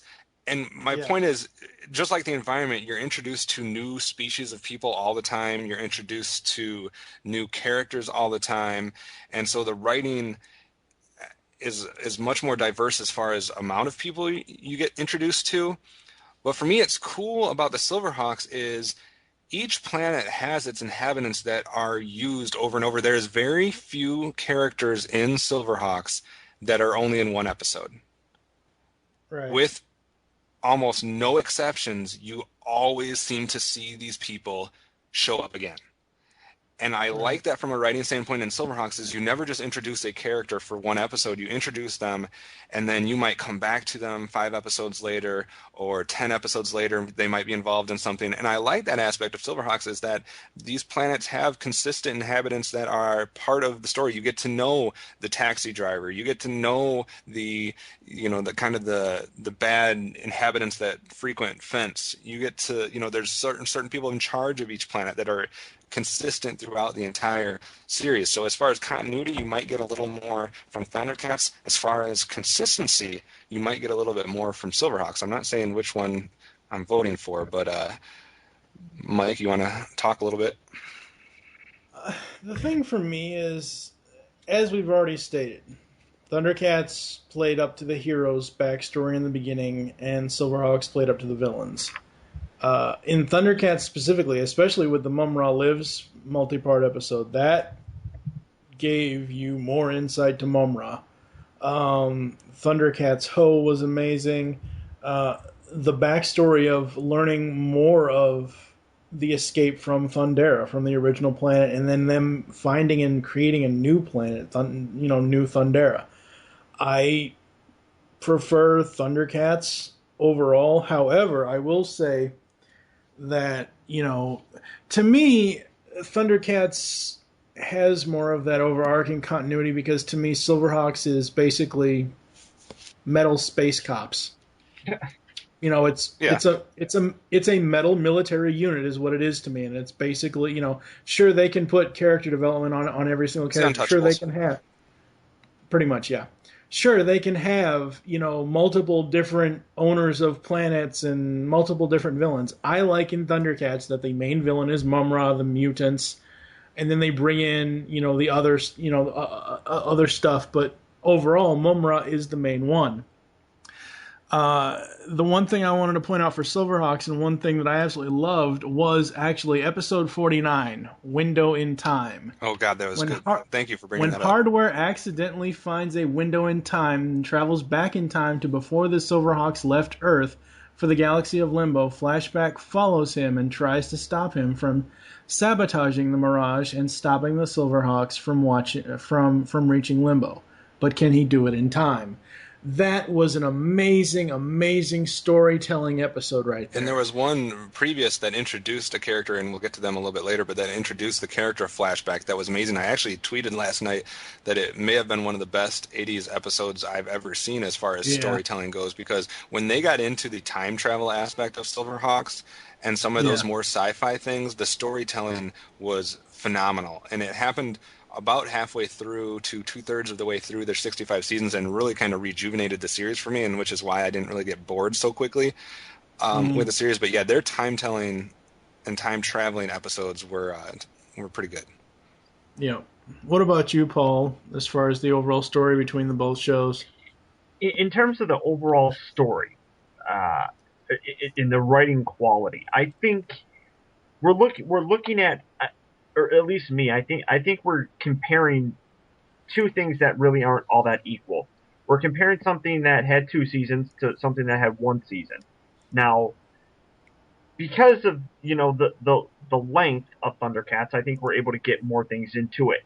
Where obviously you have more story arcs and things of that nature. Now, that being said, with the Thundercats, you're getting all these different characters and all these different things coming at you.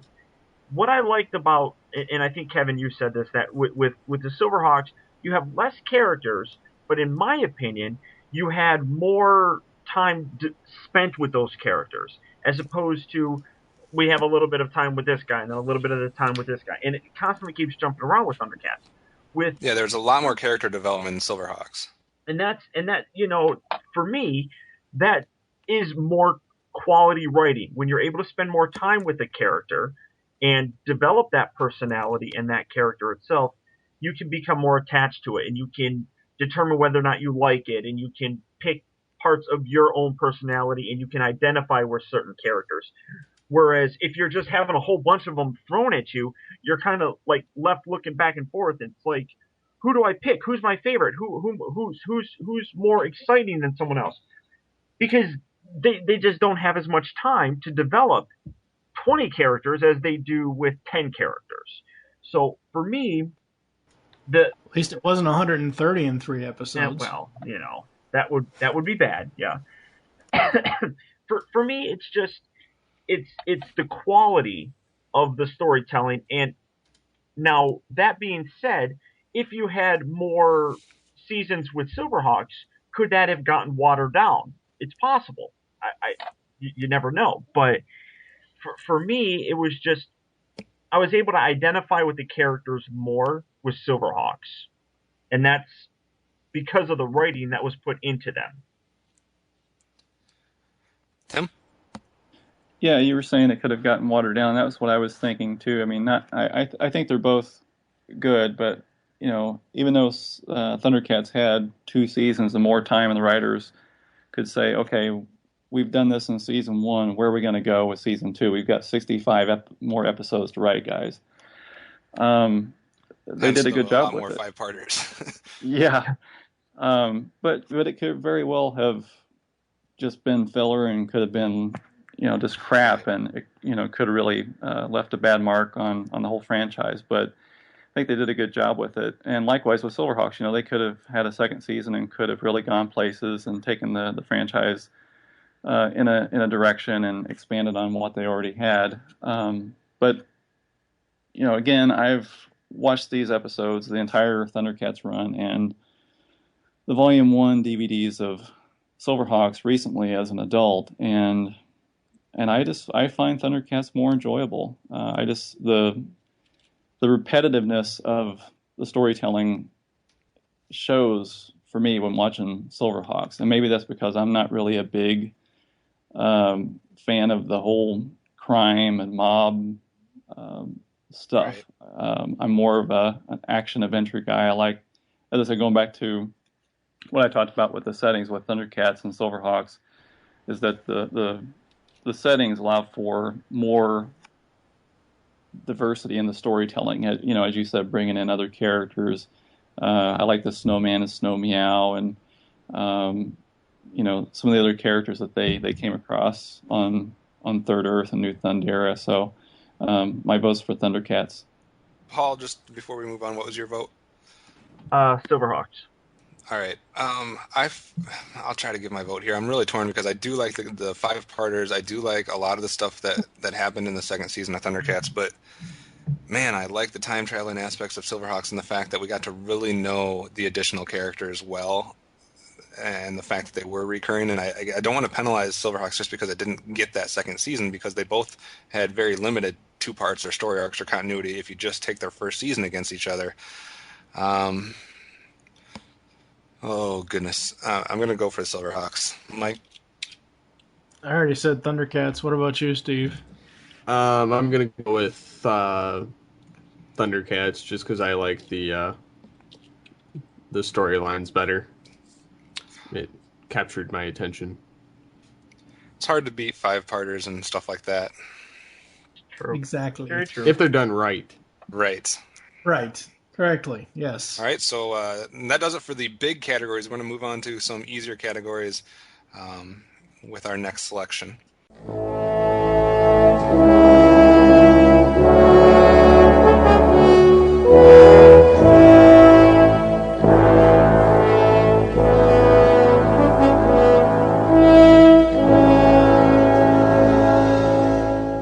The sword will not obey you, Lion-O. Huh? Jaga? The sword will never obey in order to destroy wantonly, Lion-O. Oh, I was just going to have some fun. Fun? Your food supplies are plentiful at present. And those gentle creatures have as much right to the life force as you do, Lion-O. The sword will only come to life to combat evil. Do you understand? Well, yes, Jaga, I guess so, but... Jaga? Oh, he's gone, and I have so many questions.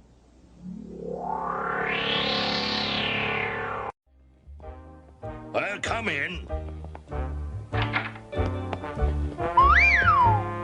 Wow, sure is homey. You're Quicksilver, right? Yes, sir, that's right. Oh, canny sir stuff, Lieutenant. We're gonna be working together too closely for all that. Right. Let me introduce... No offense, Quicksilver, but let's make the intro short. You're Steelheart, right? And you must be your little brother Steelwill, right? You got it. Put it there, Commander. Forget it, I've read your file. Yes, you're the Copper Kid.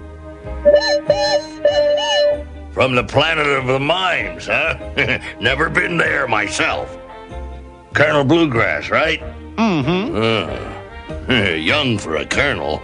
Oh, shucks, just naturally talented, Commander. So, you're the latest models, huh? Oh, pretty slick. And first up in our series of 6 categories in a row that are dealing with the characters, the first one is the masters or the mentors, so to speak, which we compare Jaga from the Silverhawks to Commander Stargazer from... sorry. What the fuck? You know what I meant. Jaga from the Thundercats to Commander Stargazer from... Paul's got me all confused here. Oh, come on now. You blame me? It's those damn Californians. They confuse Commander Stargazer everybody. from the Silverhawks. The 2 leaders. That's what we're talking about. Mike, start it off. Save me. All right, Commander Stargazer, out of the episodes of Silverhawks that I've watched in preparation for this, he's just a hard-nosed drill sergeant to me. He has no real character, has no real emotion, other than get the job done and get it done right. Except for he does have a lot of connections to the different characters that they're hunting down. Right, He's had previous experience. He does, but... And he's made it gold. He's your standard military officer. He's not, he's your standard military high-ranking officer.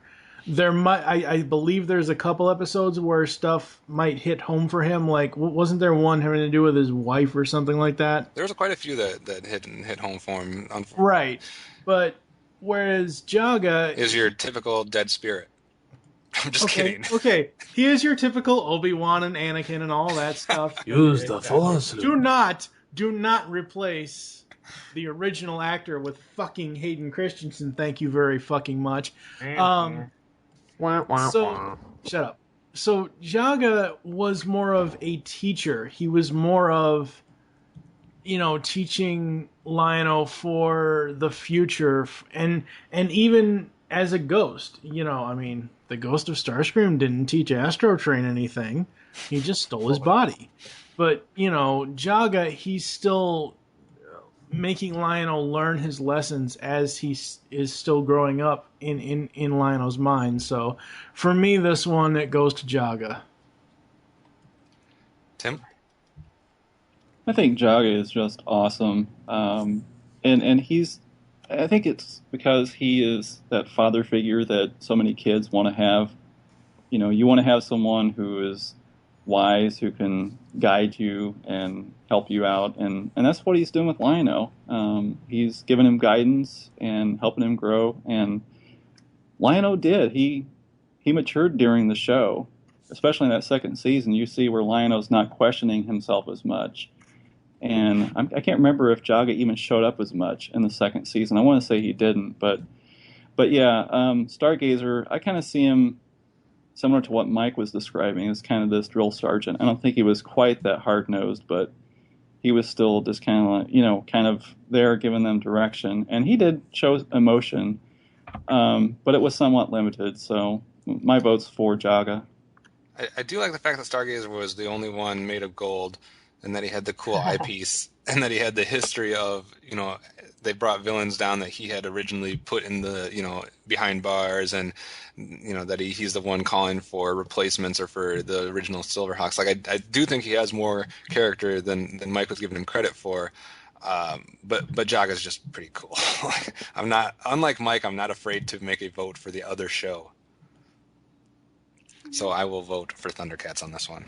Anyways, Paul. Now, I'm sticking with Silverhawks. I love the connection that the master, as they're being called, to the master, to the main villain of it, and how there's a history between Stargazer and Monstar, and how Stargazer was, he captured him in the past, and now he's too old to really kind of do it again, and here comes the new group of Silverhawks that help him out. Jaga has that same connection with Groon. I mean, you can make that same argument for Thundercats. Groon is not the same as Mum-Ra.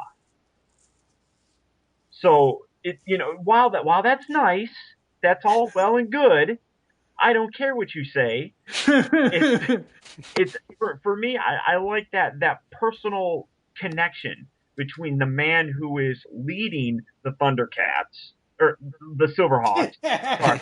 There I go again. I'm on medication, guys. Come on.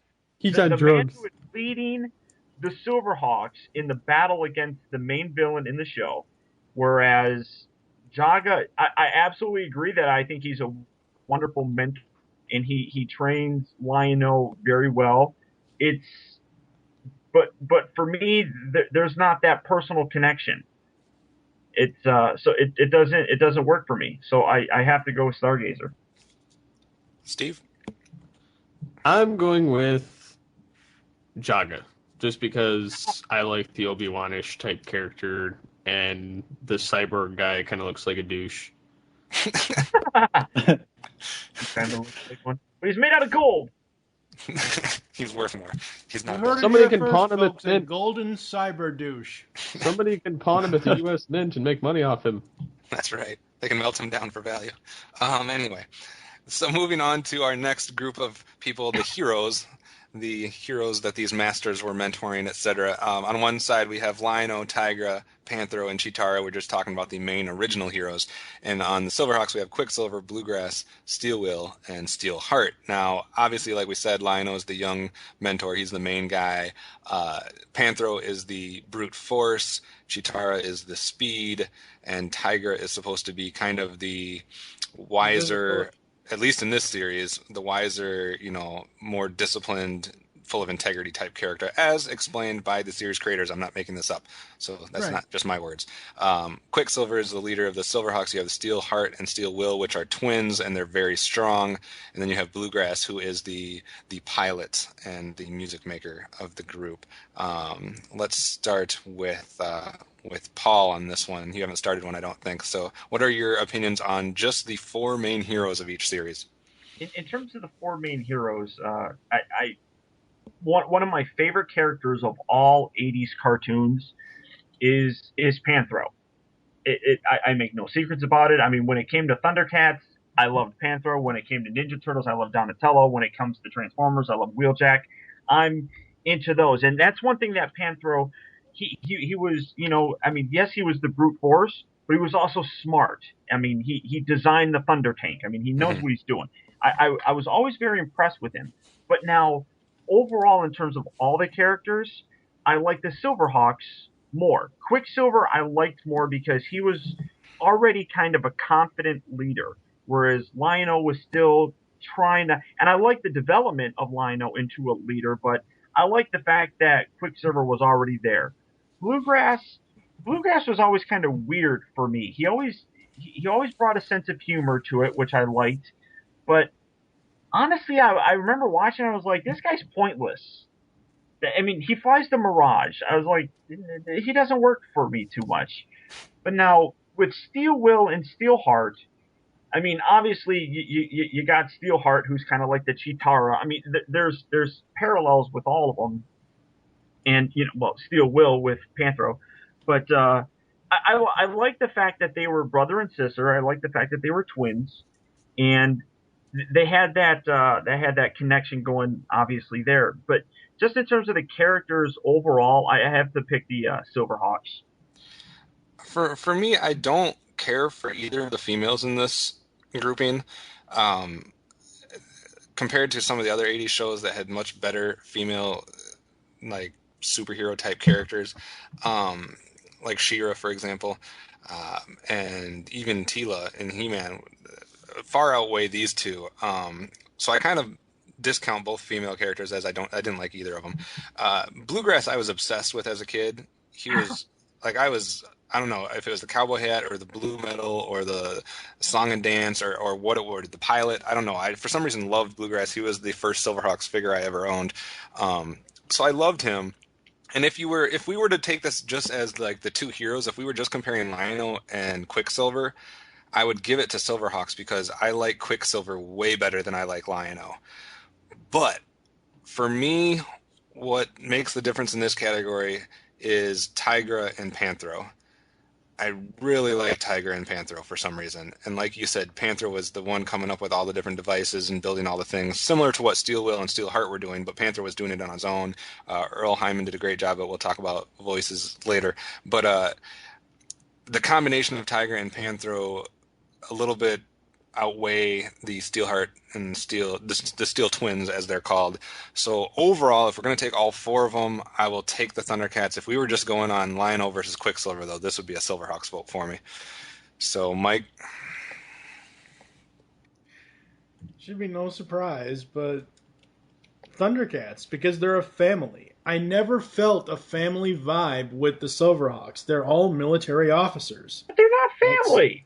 They're not at all. At least actual family exists with the Silverhawks. There's a brother and a sister.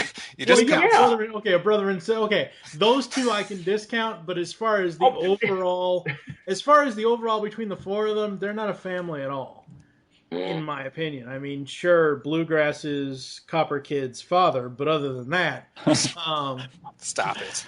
It goes to Thundercats because, as Paul said, I always gravitated towards Panthro. Panthro was awesome.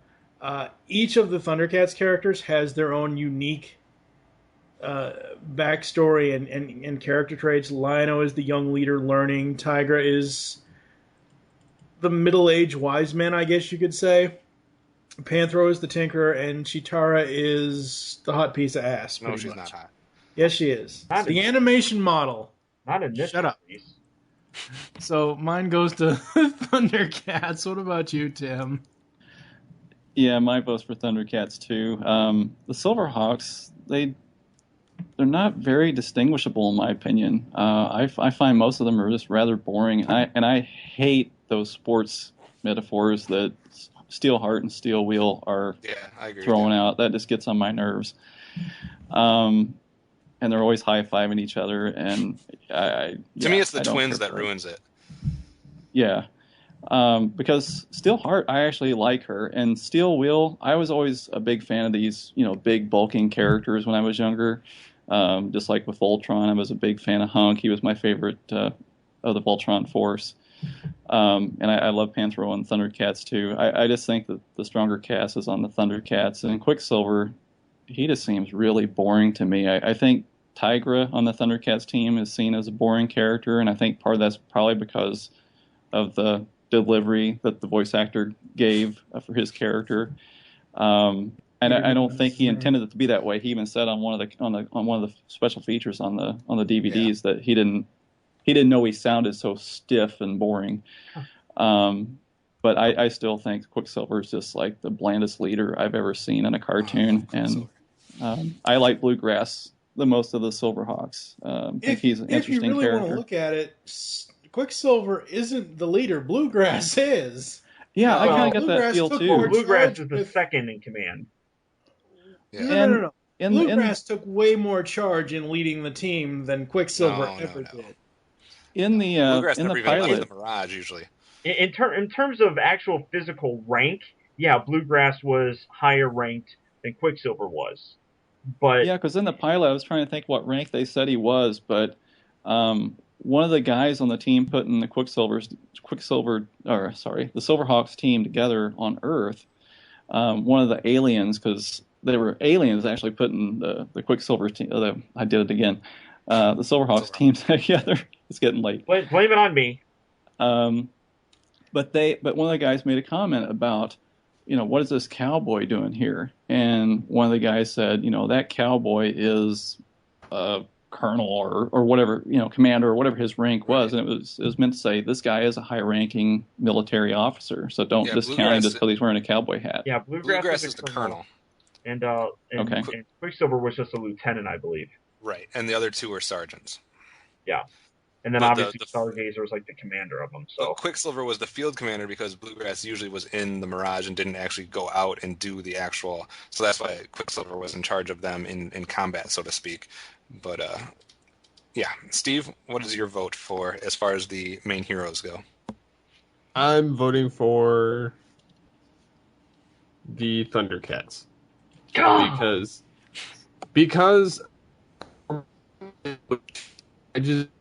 I think their personality's better. The rest of them look pretty much cutter each other. As far as the Thundercats are concerned, somebody's typing. I hear bitching going on. I have not read it yet. So, I mean, it all boils down to the fact that, it depends on your preference of the character styles.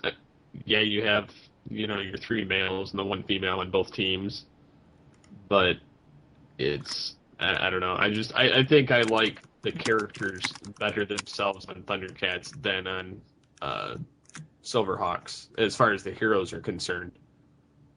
Yeah, I can see that. I mean, there's an easy argument for them having bigger personalities on the Thundercats, and then the Silverhawks being more somewhat bland or cookie cutter, so to speak. So that makes sense. Our next character discussion might be the hardest one for me to come up with a winner, and that's the villain of the show, the main villain. We're talking Mumra versus Moonstar.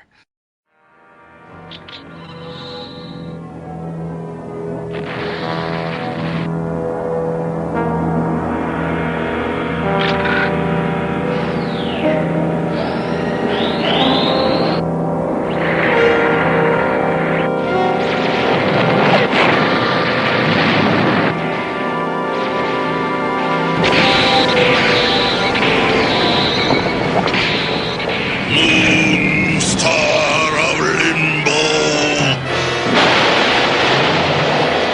give me the might, the muscle, the menace of Moonstar!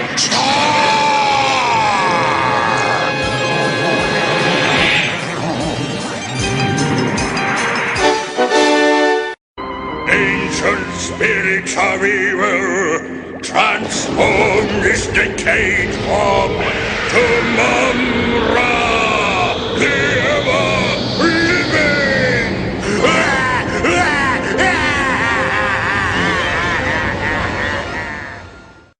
Now, they each have two forms. This is where we go all Transformers on everybody. Because Mumra has the decrepit old mummy-like guy, and then Mumra the ever-living when he goes crazy and bulks up and everything. And then you have Moonstar, who is like a furry beast animal thing that turns into a spiky metal beast-like thing. Still very similar in size compared to the difference in size that we get with Mumra. To me, I think one thing that has to be brought up here is that Mumra can only be his bigger form in certain conditions. Right. Whereas Moonstar does need the moon beam to trigger his transformation, but nothing necessarily makes it go away. Right. He has no kryptonite. Right, so he is, like, if you're taking the weaker forms of both of them, Moonstar is the more badass, weaker guy, if you want to say it, because he's still badass in both forms. If you were comparing the two hulked up versions, I think they're very similar. Although you do have to say that Mumra has this magical wizardry type power, whereas Moonstar is more of a muscly mob leader type person. Right. But I'll let you guys talk because I still haven't made up my mind on this one. I'm just gonna say one thing. One of the reasons I wish that to me, Monstar is all about, oh, I need the moonbeam, I need this to power up, and he has this badass form before he powers up. It looks. I took a screen cap of his left eye glowing, and it's so badass. And then he just turns into a Metallic transforming robot. I mean, that's all it is. It's a fucking transformer. It looks like shit to me. I don't like it whatsoever. So as far as the overall look, I prefer Mum-Ra. What does Monstar's other form really give him, though? That's what I don't really quite Armor understand. plating? Well, first of all, what power? Hold on. You gotta understand that number one, we're out in space, which means that there's a lot of like laser type fighting, which is a different type of fighting than we have in Thundercats. And his metallic version is number one more defensible against that than his, I guess what you want to call his beast version or whatever. And it's not just him that transforms. He also transforms his vehicle. It's almost like a He-Man transformation where Battlecat hulks up too. He has his like octopus squid thing. Squid, is that what it is? Skyrunner that turns into a kind of a badass assault vehicle as well. So it's not just him that's doing it. It's his vehicle as well. But Mum-Ra needs no vehicle. His pyramid is his vehicle. Right, but as far as like what it does for him, he does. Now this is where it's kind of falls back on the animation of the '80s. There are times when you see him in his hulked up version that he is gigantic. Yeah. Like there's one scene where he's standing next to, I don't even remember who he's standing next to, and he is just hulking over him, which he doesn't do when he's in his previous version, even though at the surface they seem like they're about the same size, but you got to picture that the spiky version is actually a lot bigger. Yeah. I like the overall design of pre-steroid Monstar. I like both versions of Mum-Ra, so I think I'm going to give it to Mum-Ra and give it to Thundercats on this. I like the wizardry of Mum-Ra, but I don't like that one of his versions is so weak, whereas Monstars are both strong. I still haven't made my decision yet, but Paul, go ahead. Yeah, the thing that, in terms of, villain, it's Mum-Ra as his regular version is such a weakling. He can't, it doesn't seem like he can beat anybody in that form. He has to become his hulked up version. Whereas, at least with Monstar, his normal version, it seems like he could actually be a menace and actually do something and not have to do the transformation. And I know we're going to talk about this later on, but what, as a kid, when you're watching these shows on TV, you draw a connection with them because you're playing with the toys as well. And for me, I always preferred Monstar because the toy was so much cooler. I mean, you had the toy that you just flipped it, his head could flip and you would have both versions. Whereas Mum-Ra, you just had the hulked up version of him, and that was it. So for me, I gotta go with Monstar. Like for Mum-Ra scared me more as a kid. He was more creepy and like scary, but like if I was picking who I wanted to lead my bad guys, I would have been like Monstar is more of a badass. Even though Mum-Ra is scarier and has his magical powers, like Monstar is just like intimidating as all hell. I'm still torn. I'm still on the fence. Tim, Steve, or Steve, or no, it was I don't remember who it was. Whoever wants to talk. Tim, I guess you could go. Okay. From a visual aspect, I like the design of Mum-Ra a lot more, both in his weak mummy form and his bulked up form. I did like Monstar too. I remember drawing Monstar as a kid and other characters like him because I liked that, the idea of the spikes coming out of the head. I thought that was so cool. But also, I like that Mum-Ra has to depend on the ancient spirits of evil, to perform his transformation. And during the course of the show, there was one point where the ancient spirits of evil decided they didn't want to help Mum-Ra anymore because he'd failed so many times to stop the Thundercats. And he was able to come back and gain their favor again, become Mum-Ra. But and really all that Monstar had to do was have Yes Man pull a few levers to tilt the planet just right so that the Moonstar could shine a beam through and into his eye. I think that Monstar's form before the transformation is much cooler, like Mike said. So I'm going to vote for Thundercats. I'm going to vote for Mum-Ra.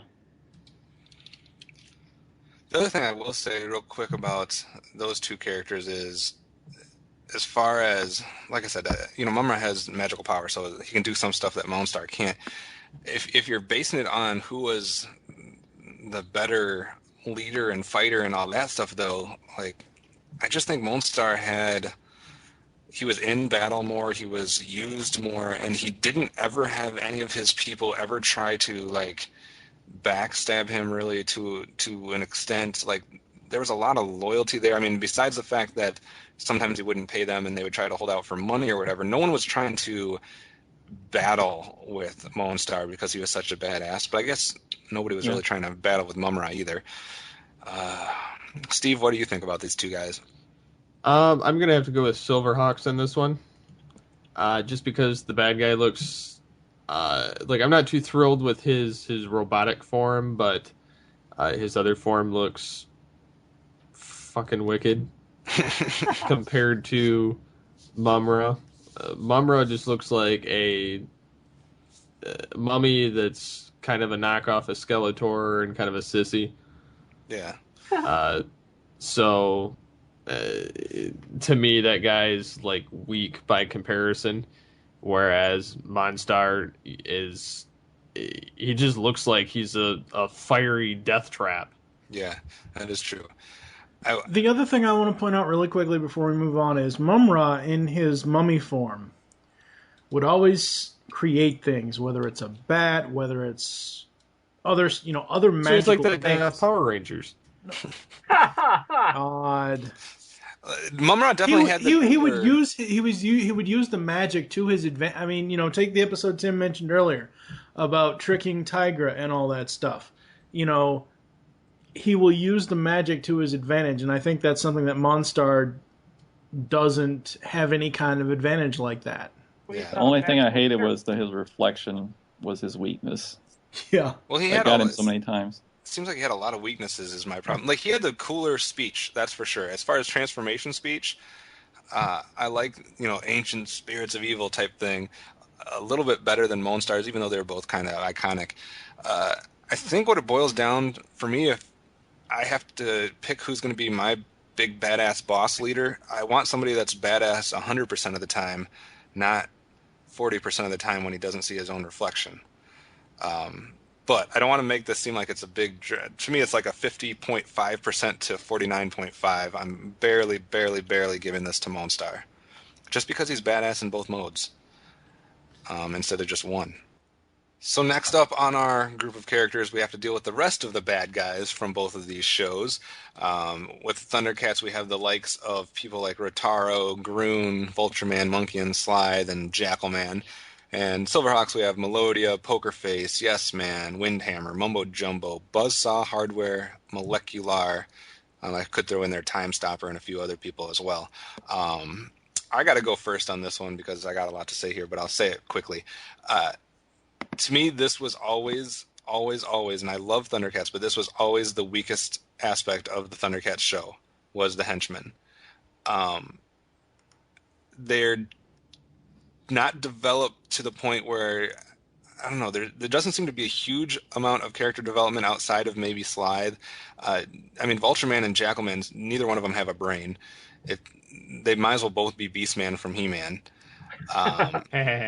Groon was badass, I'll give him that, but he wasn't used. Like, you can't count this as the 2011 Groon. This is the original Groon, and he was the baddest out of all of them as far as the most badass and everything, but To me, there's something lacking from the bad guys. They all seem like henchmen to me, whereas the personalities of the Silverhawks guys are incredible.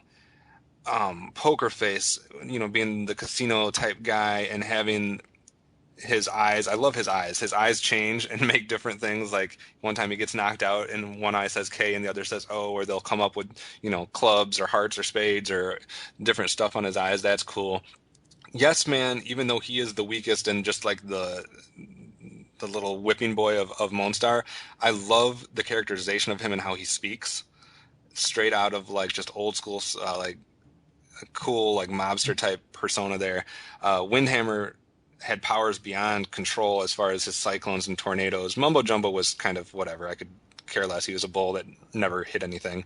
Buzzsaw had a lot of spinning spikes and blades and stuff, so he was cool. Hardware came up with so many things. Hardware was like the device master. He would come up with the Sky Shadow. He'd come up with all kinds of different effects and stuff. Yeah, obviously, we talked about Melodia with her music, and Molecular was just badass with his turning into different forms. And Time Stopper was something I don't think I'd ever seen before at that point in the 80s, was a character who could literally hit his belt and everything would freeze for 1 minute, and he could do whatever he wanted to for a minute before everything else came to life. There was just a lot more diversity, personality. I love the Silverhawks villains, and to me, outside of Mumra and maybe Groon, the Thundercats villains were just there just so that they could have a story. There was nothing to them. Paul, what do you have to say about the villains? I mean, you bring up a terrific point. When you look at the bad, at least for me, when you look at the bad guys for Thundercats, all of them seem like they need to have Mumra. They're his henchmen. They're there for him. Whereas with the Silverhawks, I can really see all of them being successful villains on their own. I mean, if you were to look at, like a mob setting, I could see all of them being the head bosses of individual mobs that are working with Monstar. And Molecular, he was always my favorite. He was, just absolutely ridiculously badass. So for me, it's I think they're better characters simply because on their own they could be successful. Probably not as successful, but at least outside of, like you said, with Groon, none of the other henchmen for Mumra really, I think, could make it on their own as bad guys. And to me, it's like if Skeletor was surrounded by 7 Beastmen.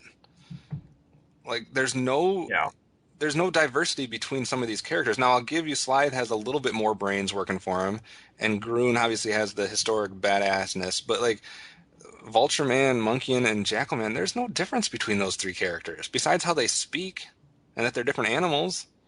They're the same character. To me, there's nothing. They're not deep enough. There's not enough to the Thundercats villains. I know these other guys are gonna say otherwise. But... I know. I'll ahead, let Mike. Tim go. I'll let Tim go first. Go ahead, Tim.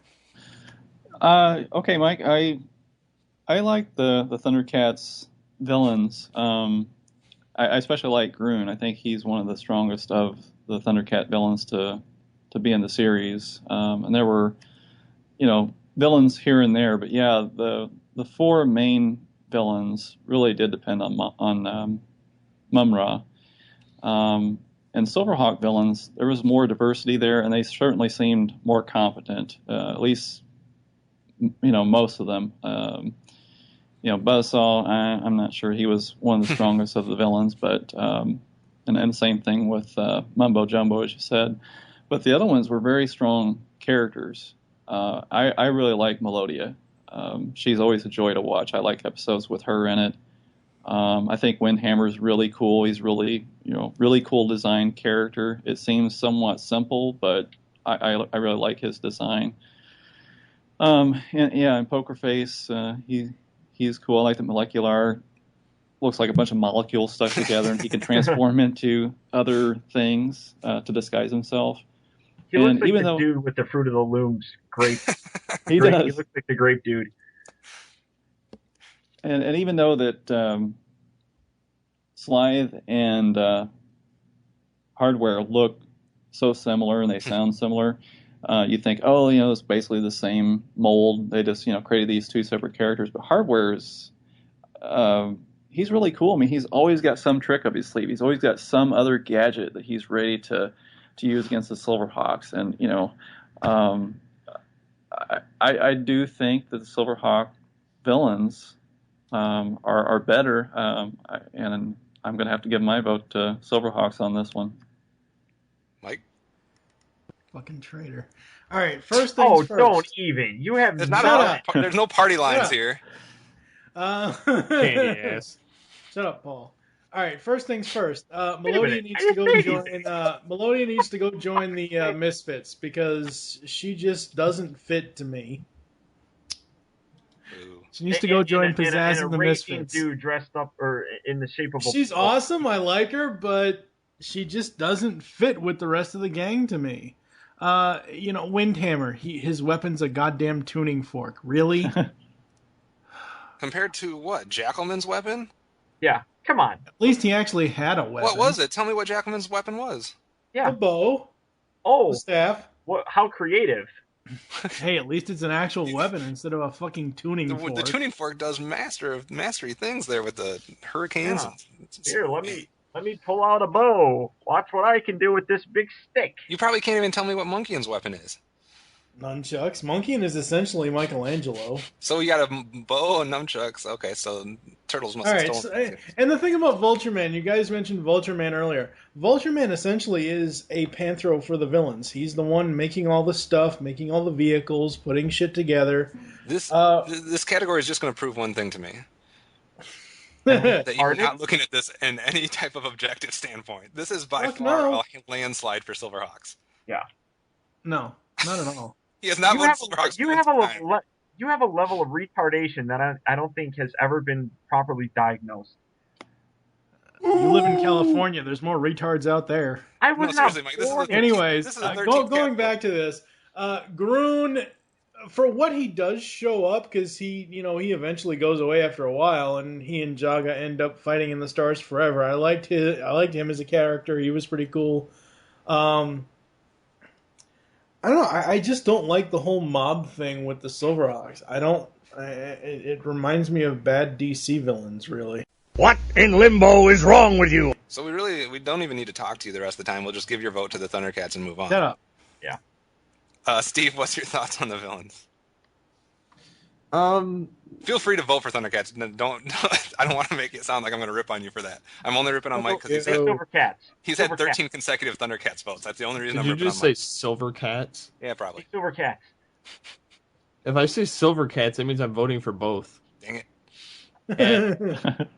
And that's not allowed. Honestly, all these villains look like ass. Like literal ass? Yes, like literal ass. But Silverhawks screams 80s cheese. Yes, it does. You've got Gem and the villains. These came out in the 80s. You can't hold that against them. I can too. It's got in 2012, yes, you can, but not in 1980. Shut your pie hole. Sorry. Yes, master. Yeah, I mean, you get freaking Igor, you get a Bull, you got somebody that looks like from Power Rangers with the bubbles all over his head. I mean, and granted, I haven't seen enough to really tell their personalities enough, but just from seeing that alone, I'm gonna have to go with Thundercats as far as the villains because they at least are consistent. And that's purely on seeing them and not having seen enough episodes to see them in action. So let that be heard across the board here. Right. That means what I will say is, the original foreign Thundercats, they all have their faults. Slythe was a little bit more sinister, but once Rotaro came in, Rotaro was, essentially when Rotaro joined the cast, The other four were basically his lieutenants at that point because Rotaro was meant to be this huge, giant, evil general person. And he kicked so much ass when he entered the scene. Okay. I'm glad your vote didn't count too much, Mike. Going on to the next category, which is the sidekicks. Because, come on, it can't be an 80s cartoon without a sidekick. I'm already going to stab you. We've seen Orko. We've seen so many horribly annoying sidekicks from Orko to Scrappy Doo to... I'm just kidding. I didn't say that. So in this one, we have Snarf and the Copper Kid. And I actually don't hate either one of these characters, but I think Copper Kid is probably the least annoying sidekick in 80s lore. I know he doesn't speak and he's from the planet of mimes and whatnot, but there was something I really liked as a kid about Copper Kid. I like Snarf too. He's a little more annoying though. And I don't know. Copper Kid was kind of cool. And he had discs that he took out of his hip and like flung at people. Like Paul, what do you think about the sidekicks? I think you're right on that. When it comes to Snarf and Copper Kid, we're doing a presidential election where you pick the lesser of two evils. Recount. I mean, Snarf. The biggest problem that I had with him was he was always questioning everything that everybody was doing, for good or bad. It was like, are you sure you want to go over there, Snarf? I mean, stop it. I mean, at some point in time, just let Lion-O go be a retard and fall down a cliff, okay? Which he was so annoying on the 80s show, even though I still kind of liked him. He was so annoying that's why they don't allow him to speak on the 2011 version. Exactly, and I love that. Love it. Now, with Copper Kid, I actually dug him. Like I said earlier, I mean, I love the fact that they utilize the mathematical rhythms of the different beeps and the tones and things in his speech. I thought that was really cool. Plus, there was always that connection again as a child and we'll talk about this later on, where at the end of the show, he would always do his little education lesson. That I always really enjoyed, actually. So Copper Kid, while kind of an annoyance in both of these series, I think could have benefited from both of Snarf and Copper Kid not existing in them. I think Copper Kid is the lesser of the two evils, so I'm picking Copper Kid as my favorite. Tim? A lot of people hate sidekicks in cartoons, and a lot of people mention Snarf when you start talking about sidekicks that they just absolutely hate. But I actually liked him. I found him kind of a lovable character. He didn't bother me when I was younger. He didn't bother me when I was trying to watch the show again as an adult. Now, the other Snarfer, and the rest of that race, there were several of those characters that annoyed me quite a bit. But yeah, I thought he was a good character. He was there to watch over Lion-O. That was his job, to try to protect him. So I didn't really have a problem with him. And Copper Kid, he's okay. He added some color to the team. It's a different color. I did like the discs that he would throw, so that was a cool aspect to his character. But yeah, I really don't have much of an opinion about him. He had more of an impact and an effect on the actual, he took part in the battles and took on the bad guys mano a mano at times, which is, Snarf was more like Orko. He would only do that by dumb luck. I don't know if that's a vote for either one of them, but Copper Kid was more in the action. Yeah, Snarf is definitely not a fighter. He's not built for it. Although in some episodes, I noticed how large he looks sometimes. Well, those episodes are probably after Snarfer landed on Third Earth or New Thundera, because once Snarfer came in, it actually gave Snarf some character development of saying, hey, look, you have this nephew that you need to look after. And, at that point in time, Lion-O had already grown up enough where he didn't need a nursemaid anymore. So Snarf had more character development in dealing with his nephew Snarfer than anything else. For me, I didn't care for either of them as a kid. But going back and watching both cartoons and watching different episodes, Copper Kid annoyed me less and less. Oh my god. As a kid, Traitor. I enjoyed. You're on the fence throughout this fucking episode. You can't call either way, you asshole. I'm on the fence, jackass. As a kid, I probably learned more as far as test taking from Copper Kid than anything else as far as the PSAs go. So my vote actually goes to Copper Kid and Silverhawks. Oh my god. Oh my god. He did it. And He said the words. Steve. Shut up. And hell froze over. Shut up. What are your thoughts, Steve? Well, I'm a fan of Snarf. As much as I can't stand the snurf, like constantly, I still found him more amusing. Obviously, because Copper Kid doesn't say anything, but I'm not a fan of anybody that doesn't say anything in a show, with the exception of Snake Eyes. There you go. Fair enough. We have been tortured with non-speaking characters lately. Yeah, I mean, Transformers Prime, we have 2 of them. All right, well, that's a discussion for another day. I don't want to get into that debate. I understand that. However, that still applies to why I chose what I chose.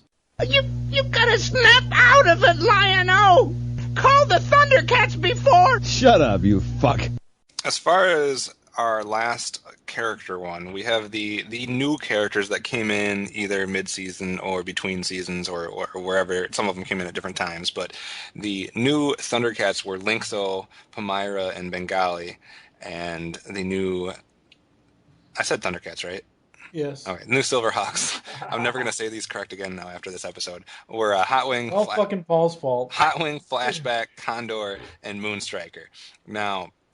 Hotwing was introduced a little before the rest of them, and then Flashback came in, and then Condor and Moonstriker came in on the same episode, whereas the 3 Thundercats all came in at the same time. Real quickly on the Thundercats, I always thought Bengali looked awesome, even though he's basically another version of Tiger. I always thought visually he looked cool, and he had a cool weapon. Going back and watching the episodes, though, when he shows up, he's hard to watch. And I know we'll talk about voices later, but the voice is bad for him. It's, you thought Tiger was slow and square, like it's worse with Bengali. And I wanted to like him because he looks cool to me, and the Bengal tiger look and everything, but he was just awful in the actual animation aspects of the show. Whereas Linkso looked like a badass and was pretty much a badass. I can't say anything bad about Linkso. To me, Palmyra was neither here nor there. She was a non-issue for me. For the Silverhawks, Moonstriker is one of the gayest characters I've ever seen in my life.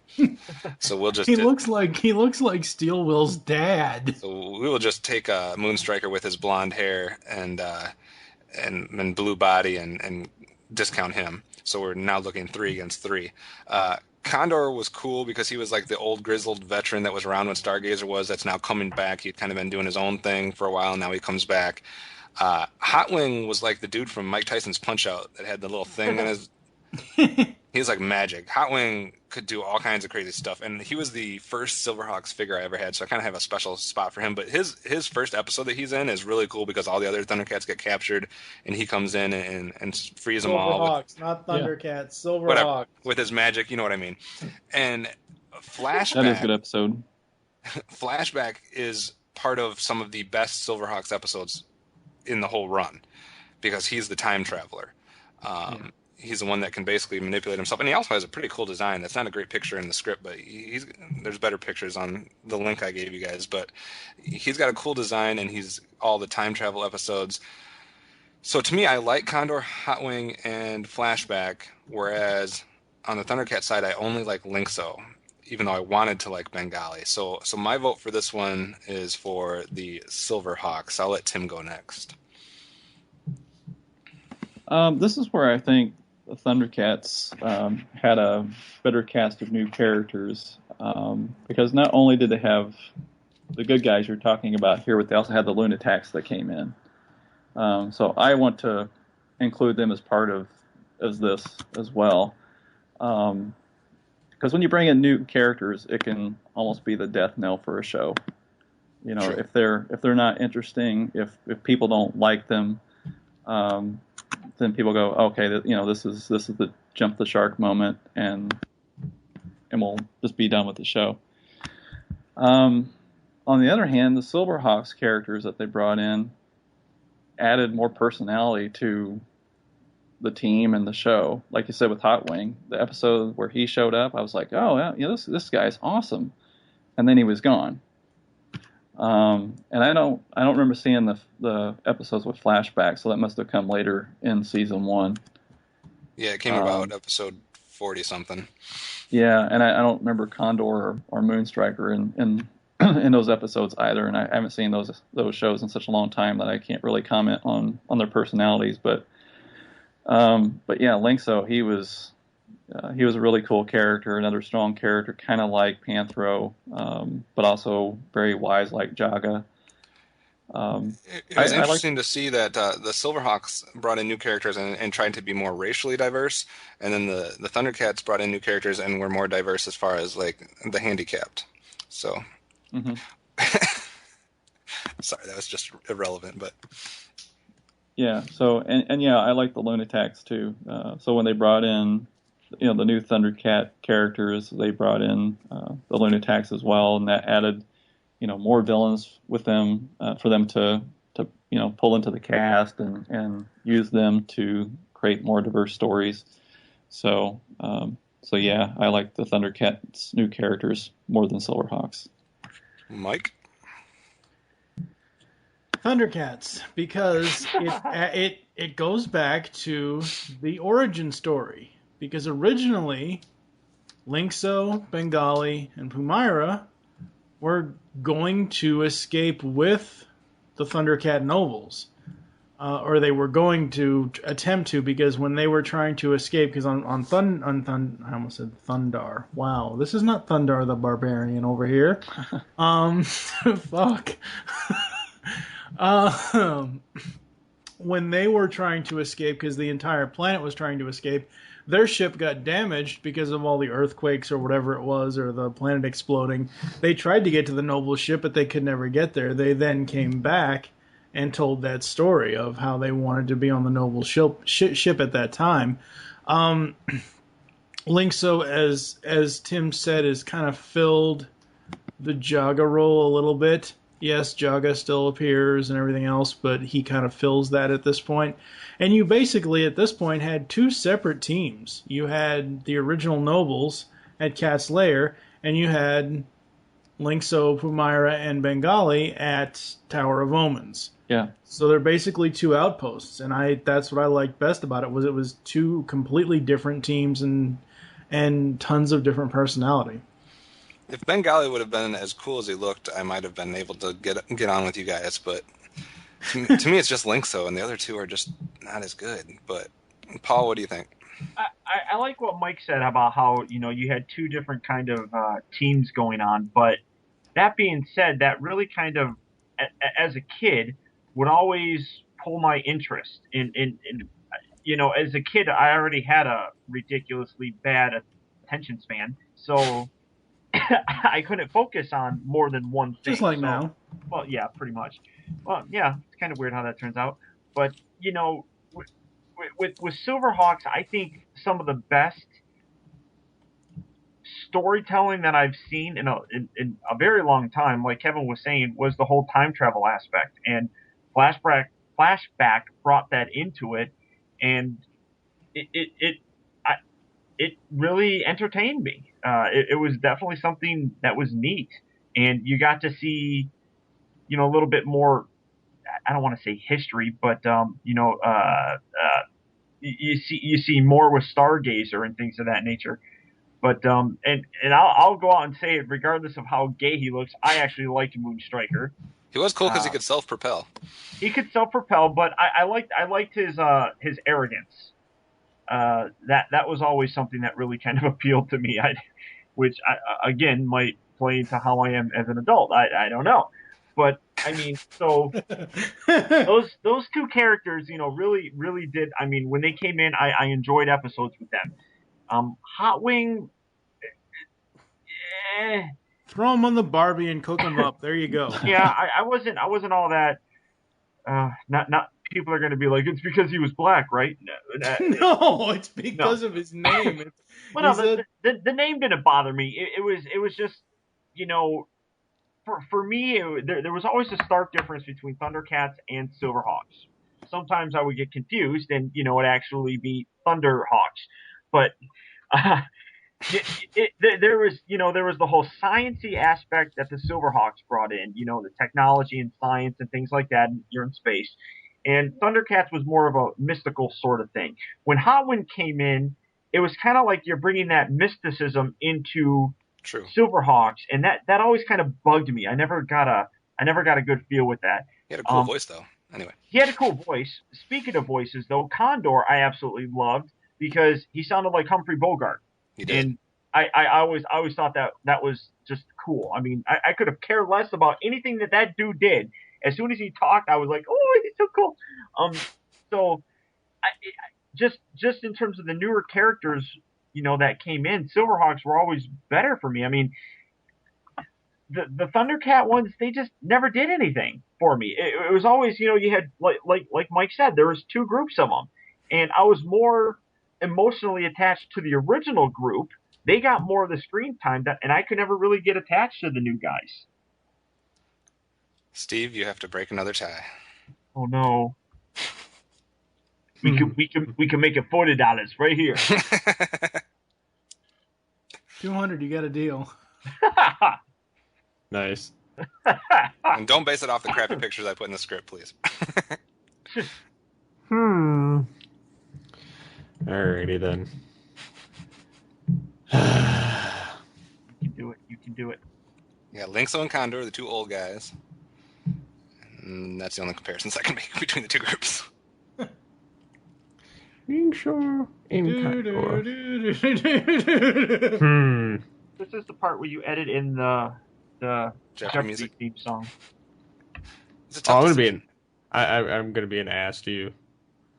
But yes. I think that while innovative on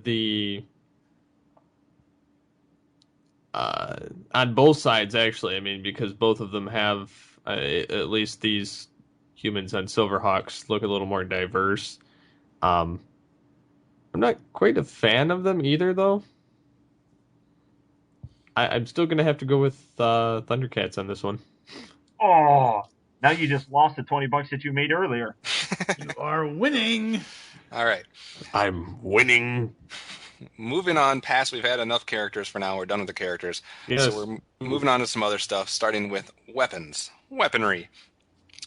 Just a quick rundown, with Thundercats we have stuff like the Sword of Omens with its sight beyond sight. We have the Bolas, we have the nunchucks with the open away cat paws. We have the bow staff, the little ball gimmicks that the two kids have. And that's just talking about the heroes, so to speak. Silverhawks, obviously we have the army of hawks, all the different birds that each one had, which each had their own abilities. The razor edge discs that Copper Kid had, just in essence, their bodies are weapons. They're bionic bodies. They have metal armor. They have wings that are retractable. They have a protective mask so they can put on and not. They have thrusters on their elbows. They also have, some on the elbows, some on the feet. They have laser weapons at different spots of their body. So that's just kind of with the heroes. If we were talking about villains, there's a whole different range of them. And like we said, Bengali had the cool hammer. Mike said that the villains for Thundercats were basically the Teenage Mutant Ninja Turtles. With the Thundercats, it's a lot more actual like handheld weapons, Right. like you would see on like the Turtles or like He-Man or this or that. Whereas Silverhawks, it's a lot more technology, I guess, Yeah, it's is how you more could sum it up. military. Mike, what are your thoughts on the different types of weaponry? I like the military weapons for what they are. I like how you're going up against a mob who's going to use guns. You're going to need more than a sword that has magical powers. You know? Yeah.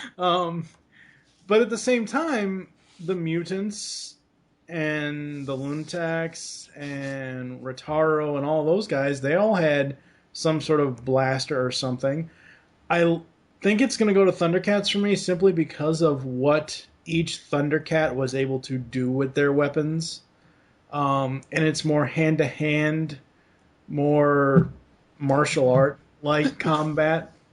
If you could choose to carry around a bow staff, or if you could have a body that is a weapon of itself, which would you choose? Neither. I want the Sword of Omens, damn it. Well, that's kind of cheating. No, it's not cheating. It's the right fucking answer. I'm just saying. But no, I got to give it to Thundercats on this one simply because of how each individual person used their weapons in their own. Because it's not often that say Lion-O's off, fighting Snow Meow.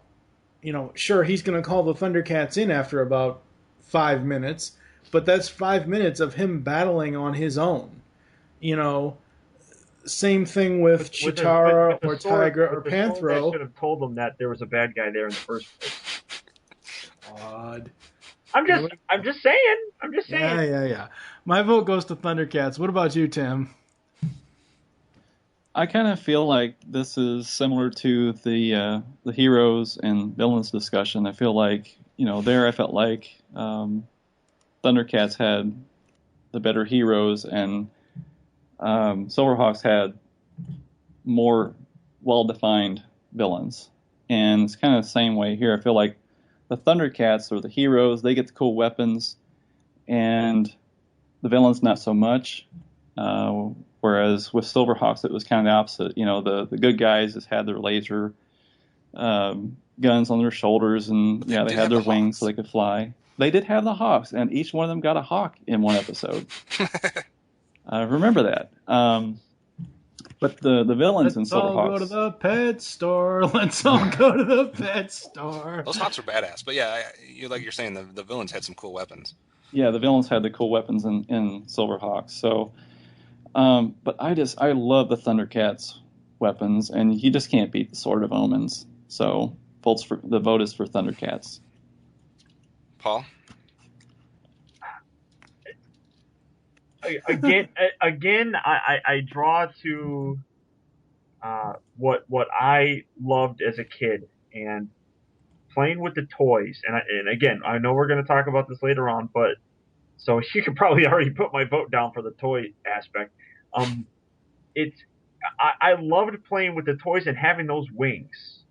And when I saw those, them flying around on TV, as soon as I saw that, all of them, in my opinion, had a Sword of Omens, with exception of Bluegrass. But that was the cool thing. You put your arms down, you lift it up, and you got wings, and you're flying around. But could wings really be defined as a weapon? I don't know. I mean, well, probably not so much a weapon as it got them into a place where they could use their weapons. Turn them each into a fighting jet, basically. Oh, there, yeah. Good answer. I'm going with So if a fighter jet's a weapon. So here's one other theory that. I'll go back to what Kevin said earlier about trying to make sense of things. How do wings work in space when there's no breeze? Well, you can't. Yeah, we can't. If we were going to dissect these about the space and the right or wrong as far as what they get away with, we would be here for 5 hours past what we've already been here for. Yeah, they did have jets in their feet though. So okay, sorry to interrupt. Well, you could also say how could they talk in the vacuum of space, but that's neither here nor there. Yeah, now, that's the other thing that bugs me. Oh God, here we go. But you also have a planet of a whole bunch of animals running around, and they're not in the Milky Way galaxy, as Mike has already explained to us before. So they're in a different galaxy where all the laws of physics don't apply. Weapons. It's like I said, I like the wings, so I always looked at that as they all had that special ability, like the Sword of Omens gave Lion-O. And to my recollection, correct me if I'm wrong, I'm probably wrong, but the only thing that the Sword of Omens did was got bigger and gave Lion-O sight beyond sight. Did it actually? It didn't help him really do anything. Not really. No.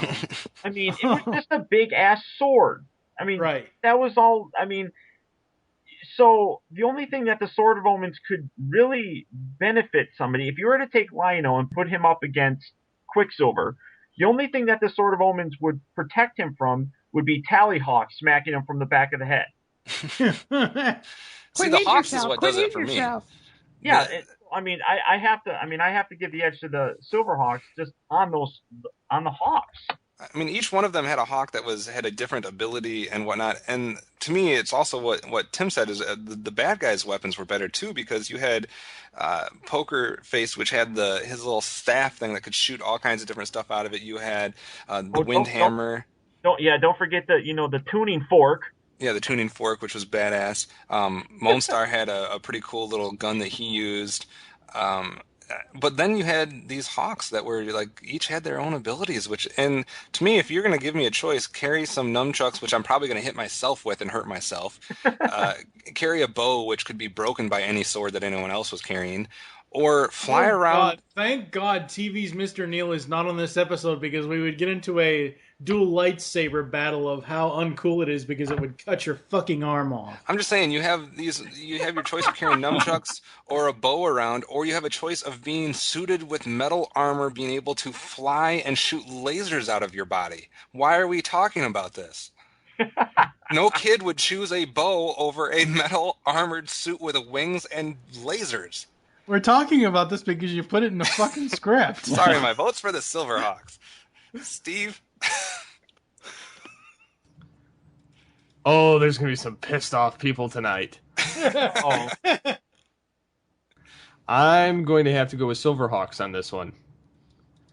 And it's not that I wouldn't want to have the Sword of Omens, but yes, I'll give you that. Sword of Omens. As stated, it's sight beyond sight, and you have a big fucking sword. Yes, it's cool, but I would rather have a freaking suit of armor that I could pound the shit out of somebody that's annoying me. Yeah. So I would rather have the gear. Think about it. It's like running around as Iron Man. Ooh. Basically. And then you also have a pet bird that's going to kick people's ass. Yeah, so it's kind of hard to argue with that. I agree. All right. Next category. Yeah. I am so on the fence with this one. It's ridiculous, but I will admit, we're talking about vehicles, and we can talk about all the vehicles. I just put pictures of the main vehicles, which are the Thunder Tank and the Mirage. I don't think it's spelled like that, but since Kevin is on the fence, I'm actually going to go first on this one because I just want to make sure we're not just talking about these two, but you can focus on these two. Right, you're right. We can talk about all the different vehicles from both series, but the main two are the Thunder Tank and the Mirage. And you did spell it correctly. Okay, that's how they do spell it. That's what I thought. When I first, because I wasn't really paying attention to the Mirage when I was watching the cartoons back. But just looking at this image, Paul, does that remind you of anything that has come out in the current day toy line for Thundercats? It kind of looks like the 2011 Thunder Tank. Damn fucking right. As you so I think they combine both of them. Yeah. Possible. The Mirage was just, it was a transport vehicle. It was a... No, stop. You got to stop right there. Wrong. Because first of all, the front section... it's like the Starship Enterprise and can disengage from the rest of the body and go solo on a flight. Right, it can, but essentially... individual things shoot out. They do, but essentially, through most of the episodes that I watched, it was the Silverhawks on their own flying through space. You're gay. But they each had their own individuals, so that's too. The same difference. I will say that Stargazer had his own motorcycle, space motorcycle, and they each had their own little individual vehicle on top of the Mirage, too. Whether it be a flying vehicle or a motorbike of some sort, even though it's in space. Shush. The Thunder Tank was just cooler for me. It could go over mountains and through streams and trees and icicles and... That's right. The Thunder Tank, between the Mirage and the Thunder Tank was just cooler for me, especially when you put that music to the Thunder Tank, because it was so awesome.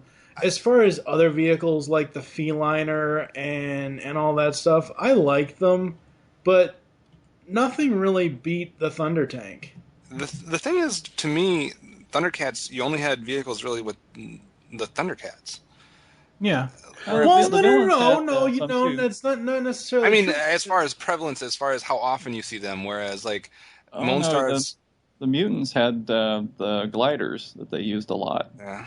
Yeah, they had the gliders. I guess Slythe had the nose diver. Yeah, when and it the comes nosediver. to when it comes to the villains vehicles, though, I really like the fact that the Silverhawks each had their like 1920 style like space cruisers. Vintage squid. Give me a Well, fucking no, and break. the squid, A taxi cab. Sky Shadow. You had the taxi cab. You had a lot of cool like vintage like Earth type things, as well as your futuristic space like Mirage type vehicles. I do think the Thunder Tank was badass, and I do think a lot of the Thundercats vehicles were badass. I just didn't care for much of the Mutants vehicles. I mean, I know You they want to had talk them. about bad logistics? How the fuck does a squid survive in fucking space? It's The a same space way- squid. the same way cats talk. Come on now. Put that in your pipe and smoke it. Shut up, We're you not being California. realistic. These are cartoons. These are cartoons. There's no realistic part. Well, My vote goes to Thundercats. All right, Paul, talk about the vehicles. You know, for me, it's, you know, we were talking about this before with the weapons, and I kind of showed my hand a little bit. I consider all the Silverhawks with built-in vehicles, and I always thought that was absolutely ridiculously cool.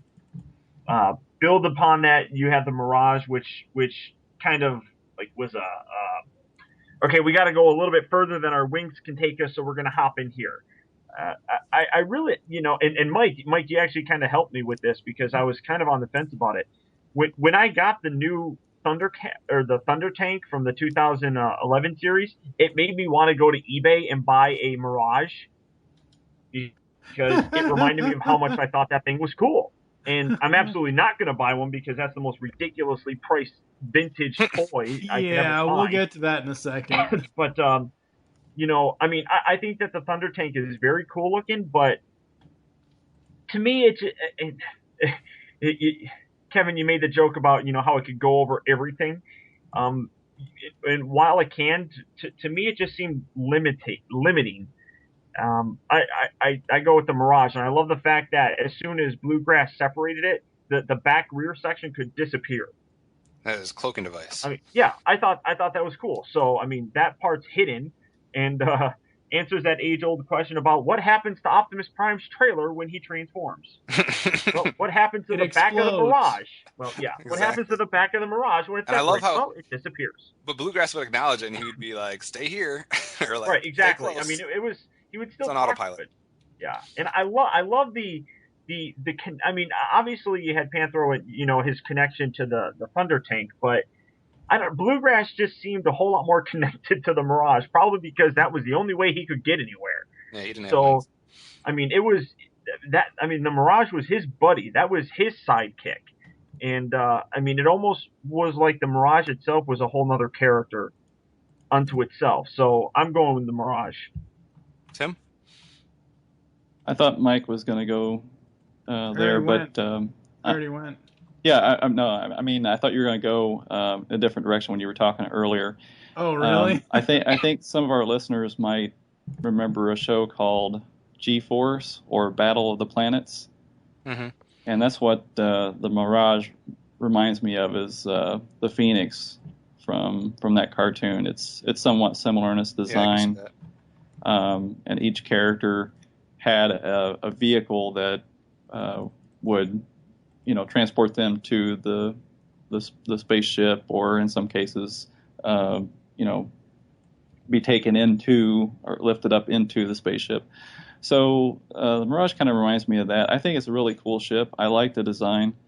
It is sort of a transport ship. It does have some unique features to it. Like you said, you know, the center pod can eject from that, and Bluegrass can fly around in it, and it has weaponry, and then he can make the back part disappear for a brief time, or even a long time, I guess.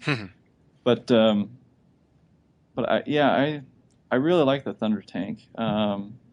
when you see it, you just know what it is. I think it's so unique in its design. It really stands out from anything else that I've seen or remember seeing in cartoons. And the secondary vehicles, like the gliders that we mentioned, the feliner and those things, they're okay, but it's, those aren't things that I look at and go, oh wow, I want that toy. But when you see the Thunder Tank, it's like, I want that. Or when you see the Mirage, you say, I want that toy. Mm-hmm. And especially, we get into the toy discussion later, I know, but yeah, the Mirage was really cool because the toys actually fit inside those pods, so that was pretty neat.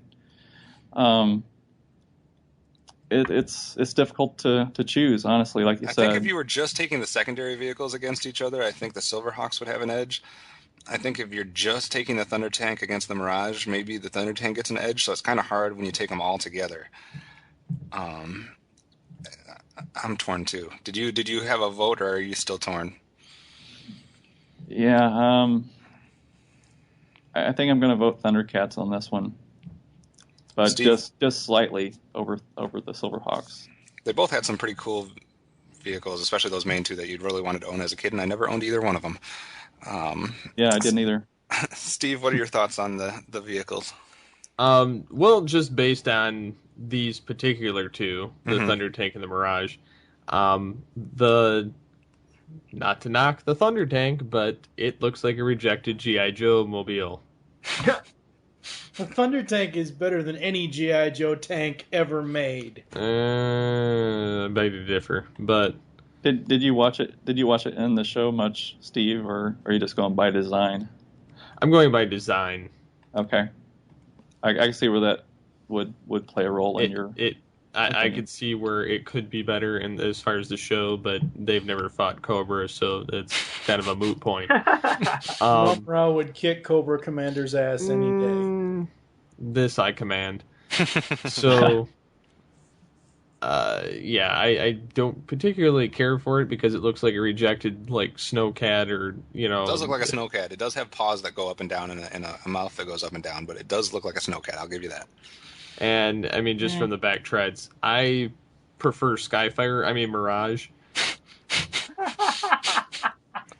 Don't you mean Jetfire? Skyfire, come on. It's Skyfire. It just has two extra things on either side, cockpits. I'll say this. I like that vehicle a lot better. Okay. If we were just going off of the two, Thunder Tank versus Mirage, my vote would be for Thunder Tank. I think just one-on-one, it was the cooler vehicle, so I will say that for the Thundercats fans out there. But if we're going for vehicles overall in the entire show, I like the Silverhawks vehicles better. So a half a vote for Thunder Tank, but a whole vote for the Silverhawks. Moving on now to a completely different category. We're almost done. We just got about 5 categories left here. Our next category is voice acting, the voices of the shows. Now, this is an interesting one because, we do this when we have cartoons against each other, and we will in the future. This one's interesting because it's basically the same voice cast for both of them with a few exceptions. And the main exceptions here are Thundercats, we had Earl Hyman from Cosby fame, Grandpa Cosby, as Panthro. And in Silverhawks, we had Adolph Caesar as Hot Wing. But the main difference to me is the females. Lynn Lipton as Chitara in Thundercats versus Maggie Wheeler as all of the females Lynn Lipton was basically all the females in Thundercats until Jerry and Raphael came around, and Maggie Wheeler was the female voice for all the Silverhawks. So that's the main difference. Otherwise, you have the same Larry Kenney, Peter Newman, Bob McFadden, Earl Hammond were in both shows. So their voices are pretty... well known. Well, I'm just saying we can kind of wash them out because they're in both shows. I mean, Right. Quicksilver is Tigra. That's probably why Tim, why you were saying they're somewhat both kind of boring because it's the same voice. So Quicksilver and Tigra are the same voice, whereas Lion-O and Bluegrass with a country accent are the same voice. So they kind of flipped roles in that shape. Monstar and Mumra are the same voice. For me, without going into the individual characters, it boils down to the females. And Mike, you should know where this is going because Lynn Lipton Here we go. is one of the worst female voice actors of all time. the voice of Chitara. I like the character. I like everything else. And trust me, guys, I listen to a lot of voices on a daily basis, and Lynn Lipton is terrible. Whereas Maggie Wheeler, who now you can hear in most notably probably like shows like The Archer, and you've seen her on TV. She's very much like Fran Drescher as far as her one voice goes. But Maggie Wheeler is a much better voice actress. So I like the females in Silverhawks Was better she the than. chick who played oh, what the hell's her name? I don't know what the hell I'm doing. In California. Friends. In Friends. Did any of you guys watch Friends? Yeah, you're talking about the Fran Drescher type character. Yeah, the one that would constantly keep going out with Chandler. Yeah. That's just. I mean, I'm looking at her picture. It looks like the exact same. Oh my god. But she doesn't use that voice always. No, I know. She actually on the special features, she actually spoke about this, and she said it was this role as Melodia where she discovered she had that annoying, because that's not her regular voice, obviously. She doesn't normally speak like she does on Friends, but it was this role that kind of showed her that, grating kind of annoying voice that she used later as Janice on Friends, but she doesn't use it when she talks with Steelheart. Her voice is different in that situation. So I just love her voice if compared to Lynn Lipton, who is terrible. But someone else talk about voices. I will agree that Melodia's voice is better than Lynn Lipton's usual voicing, but I always did like her Chitara. I just thought her Chitara was really good. But I am going to give it to Silverhawks. As far as just the females, I will give it to Silverhawks. As far as overall cast, my vote is for Thundercats. How does that make any sense? It makes sense, damn it. You gave a half point to something. No. What I'm saying is the rest of the cast is the same. It still sound. I didn't like Country Lion-O, thank you very much. I liked regular Lion-O. Country Lion-O. I'm still. So my vote for overall voice. You said the only difference in the two casts, you like Silverhawks better, and so for where the rest of the cast is the exact same, you like Thundercats better. My vote goes to Thundercats. Of course it does. Paul, speak on this because I can't speak right now. When it comes, because for the most part, the voice actors are all the same, and there's just different kind of tweaks to the different people, different characters. I really am right down the middle on which one I would like. Now, where I do give the edge, it goes to, in my opinion, it goes to the writing and what the voice actors have to say and what kind of story they're telling. And I prefer the Silverhawks aspect of the whole writing thing. And I just think the delivery for the performances that the voice actors are giving are better suited to the stories that are in the Silverhawks. So they did go a little bit away in the voice direction as far as they didn't make it as like William Shatner-esque like Thundercats was. No. Excuse me, but what I mean is all these, you can say one person's better than the other. They're all fairly talented and they all know what they're doing, and both except have. for Lynn Lipton. Well, okay, except for her. So both there's a reason she never did another voice. That's outside of the Rankin Bass properties. That's a very good point right there, though. So aside from Lynn, Silverhawks and Thundercats benefited from having terrific voice actors. And when it comes down to it, I think it's the story that they had to tell. I mean, you could give, Larry Kenney, a part that sounds, it's written like absolute crap. And, he can do the best that he possibly can, but it's still going to come across as crap because whatever's written for him is crap. So for me, the Silverhawks stories, not saying that the Thundercats stories were bad or crap for that matter. I just tend to like the Silverhawks stories more. So that's where I'm going. I think the voice actors did a better job with those stories than the Thundercats. Before Tim speaks, I do got to give a shout out. Bob McFadden by far is the most experienced and the most diverse in his voices on the show. If you go through and listen episode by episode, you can absolutely tell who Larry Kenney is voicing. you can absolutely tell who Peter Newman is voicing. And that's not a knock against those two individuals. They're great with their voices. Jackalman compared to Lion-O, there's different. You can still tell it's him, but it's completely different voices. But Bob McFadden is he's back from the days before television. And he's a genius voice actor, so I want to give him some credit. I didn't think of this, though, until you just said that, Paul, and that is Thundercats was a little bit more as far as plotting with the voice direction, as far as it was a little bit more. Both shows are known for their over-the-top voice acting because that's how it was written, but Thundercats even to a little bit more of an extreme. Like I said, for me, it just boils down to the females of both shows. But Tim, how do you feel about the voices?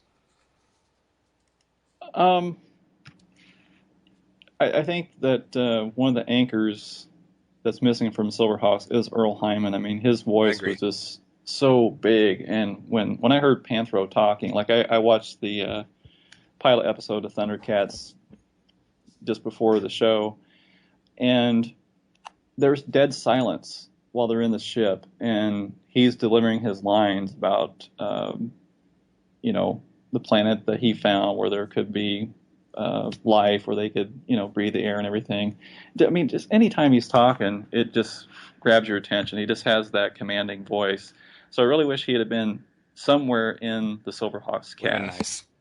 Yeah, but I do agree that Lynn Lipton has a very dry delivery, and a lot of her characters sound very similar.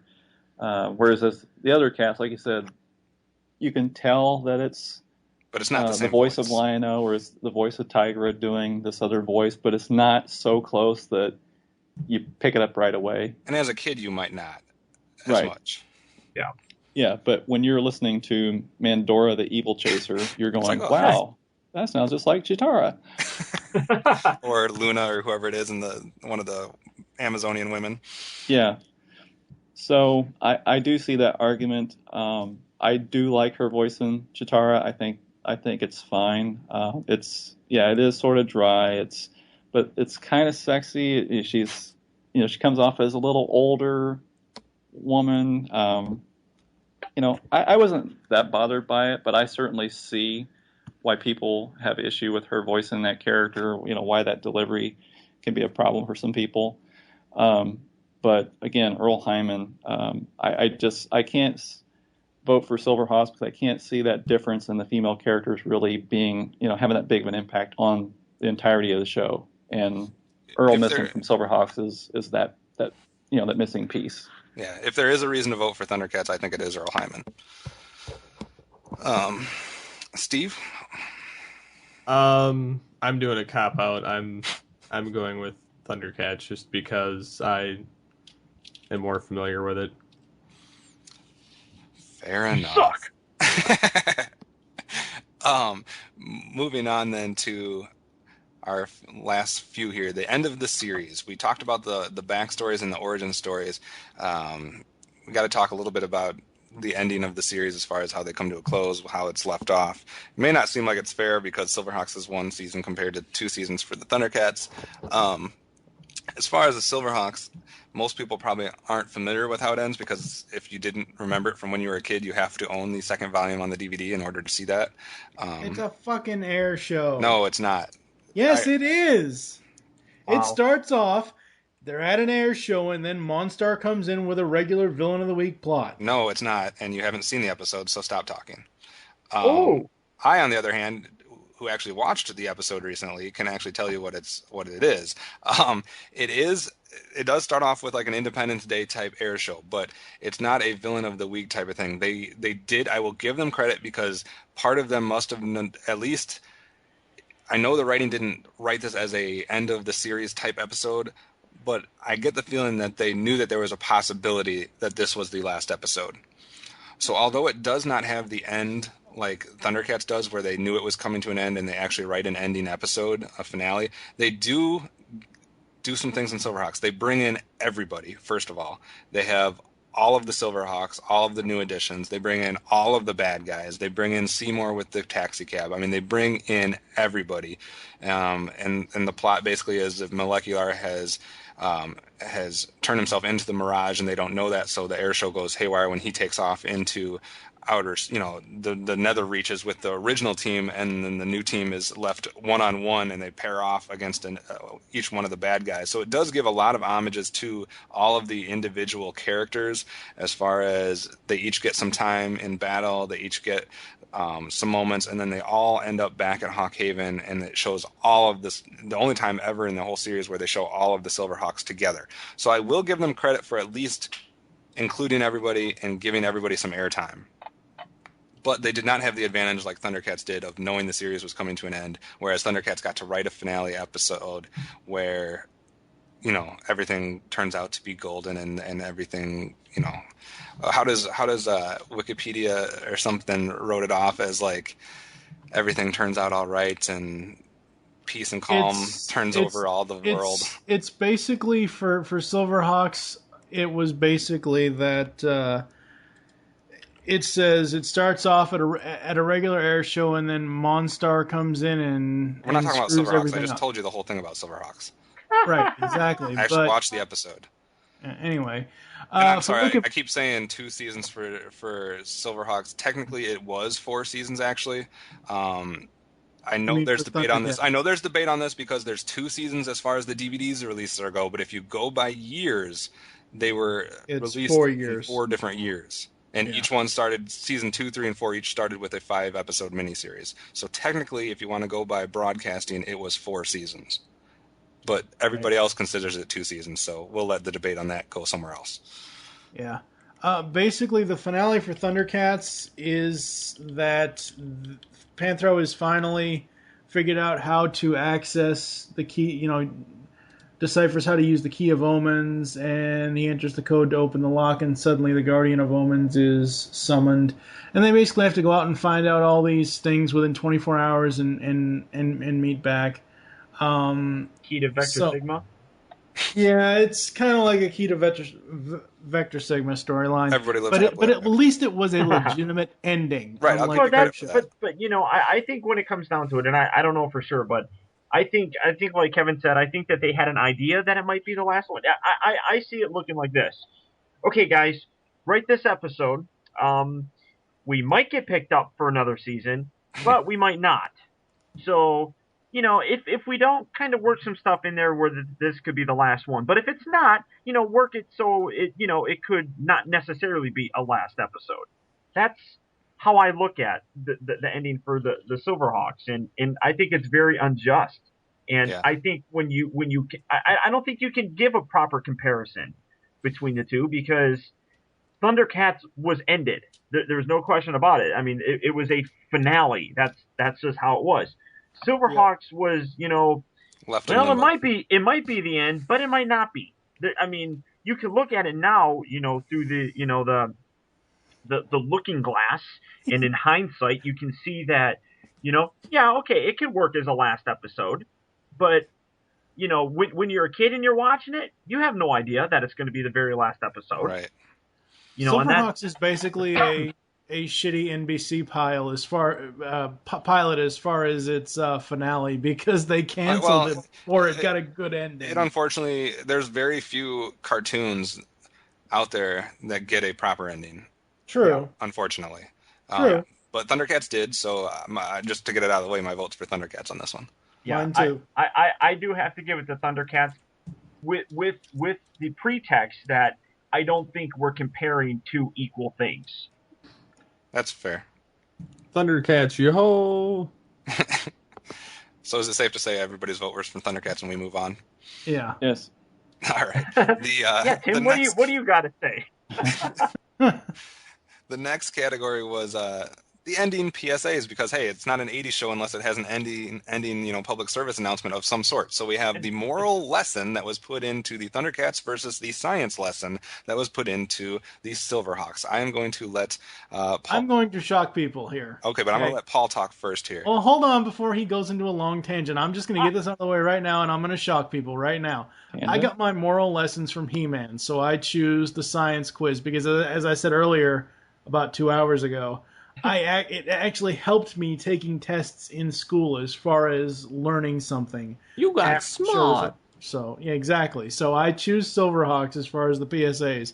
Okay, Paul, go ahead with your long-winded answers. Long-winded answers. That's harsh. That's right. He called you a candy ass in secret.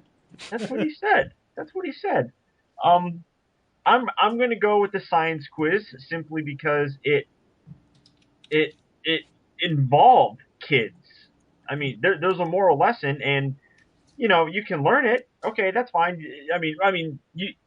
So you watch it. There's a moral lesson, and then they explain it to you, and then as your kid, you okay, I get it.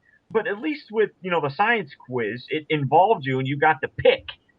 And if you were wrong, you're like, oh shit, I'm wrong. It involved you. It was interactive. So I'm definitely going science quiz. To me, what it comes down to is there's nothing wrong with the moral lessons from Thundercats, and I think they did a fine job with them. But to me, Silverhawks did it different than anybody else in the 80s did. Everybody did the moral lesson. G.I. Joe, He-Man, Transformers, the Thundercats. And to me, I give credit for Silverhawks coming up with a different way to do something at the end of the show. So, yeah, I'm going Silverhawks too. Tim?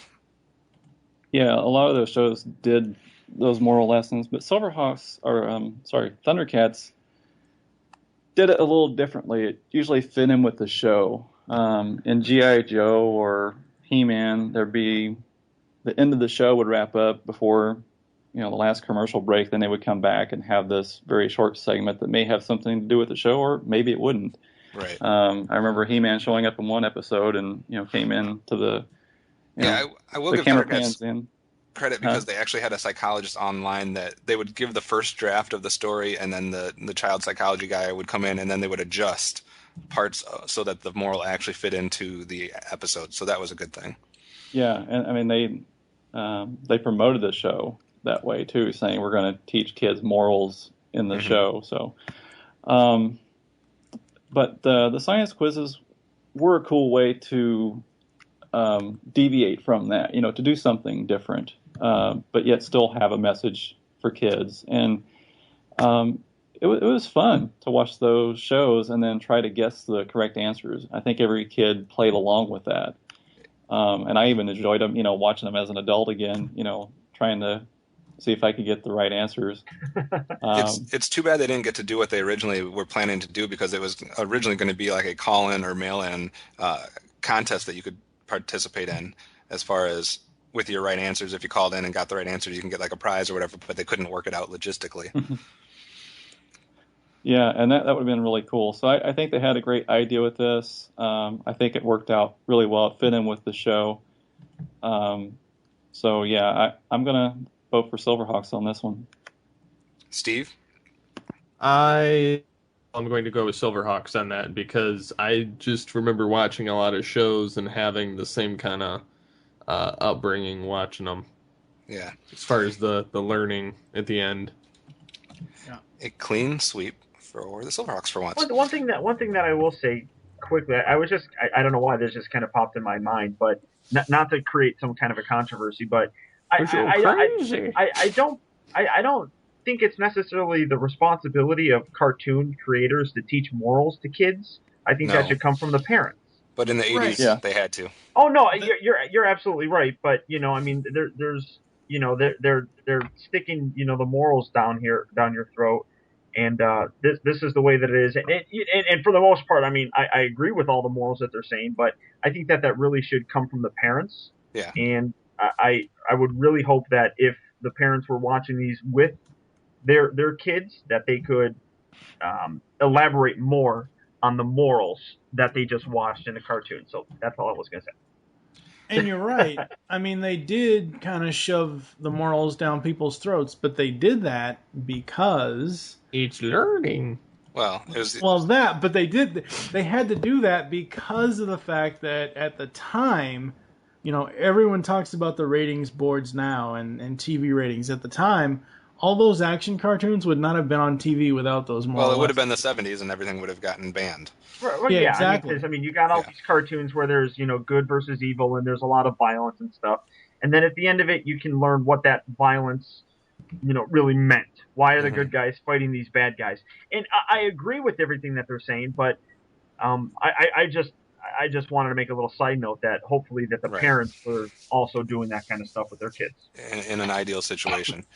Amen. Unlike the parents of today.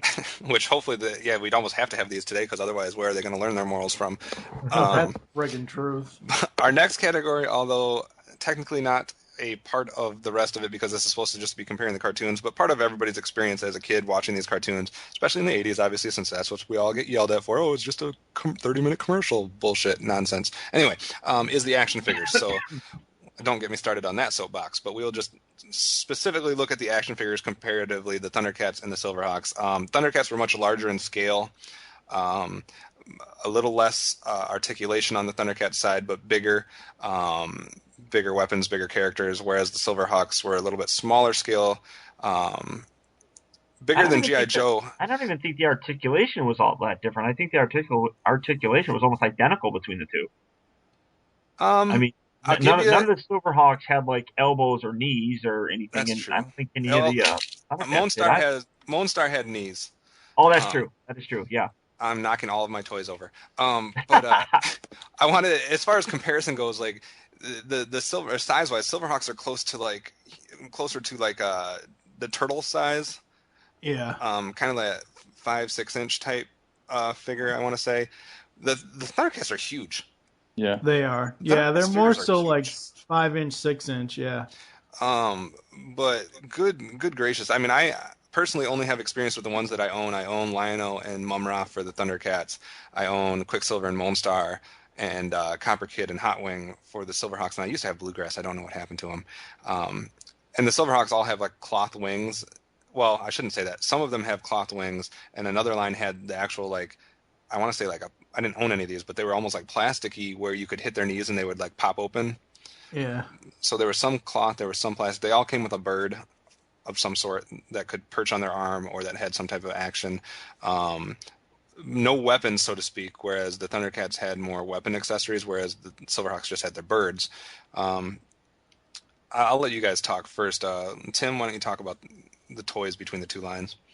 Okay, well, this will be brief because I didn't have very many of the toys. I had Lion-O, and my brother had Mum-Ra, and I had no Silverhawks. But I wanted to have a Silverhawk because I thought they were pretty cool. Seeing the commercial, they would. I can't remember what it was they did, but they pressed their legs together or whatever it was to get their wings to pop out. Yep. But yeah, that was pretty cool. And they were shiny, so. And Moonstar also had the ability, like Paul was saying, you could open his chest and put one of his heads in his chest and bring his other head out. So you could have either version of Moonstar, whereas unfortunately back then, Mum-Ra, you only got one version, whereas nowadays, obviously, you can get both. But yeah. Sorry, I didn't mean to interject. Go ahead. Yeah, no problem. But yeah, the Thundercats toys, from having Lion-O, my brother having Mum-Ra, they were this hard material, like it's hard plastic, and I expected something more along the lines of what He-Man toys were made of. That's what I wanted. Yeah. And I mean, even they just looked awkward. I wanted something that looked like a He-Man figure with, the musculature and the posableness of the legs and the arms, and the Thundercats were just kind of stiff. They didn't really move very much, and then the sort of omens that came with Lion-O was like rubber, and so it was never straight. It was always bent because he always put it someplace where it wouldn't lay straight. So I, as I said, I didn't have any Silverhawks. I was kind of disappointed with the Thundercats toys. I didn't have the Thunder Tank or the Cat's Lair, unfortunately. Those look pretty cool. There was a Cat's Lair toy, right? Yes. I thought there was. Yeah. But yeah, the Thunder Tank would have been awesome to have. Even the one from the new series looks really cool. So I'm going to have to try to grab that. But I it's hard for me to vote because, like I said, I didn't have any of the Silverhawks. I will agree though with what you're saying about the Cats. That's what struck me because I didn't own them as a kid. I owned all my Silverhawks as a kid. I got the Lion-O and Mum-Ra later on, and I was not expecting them to look like they did.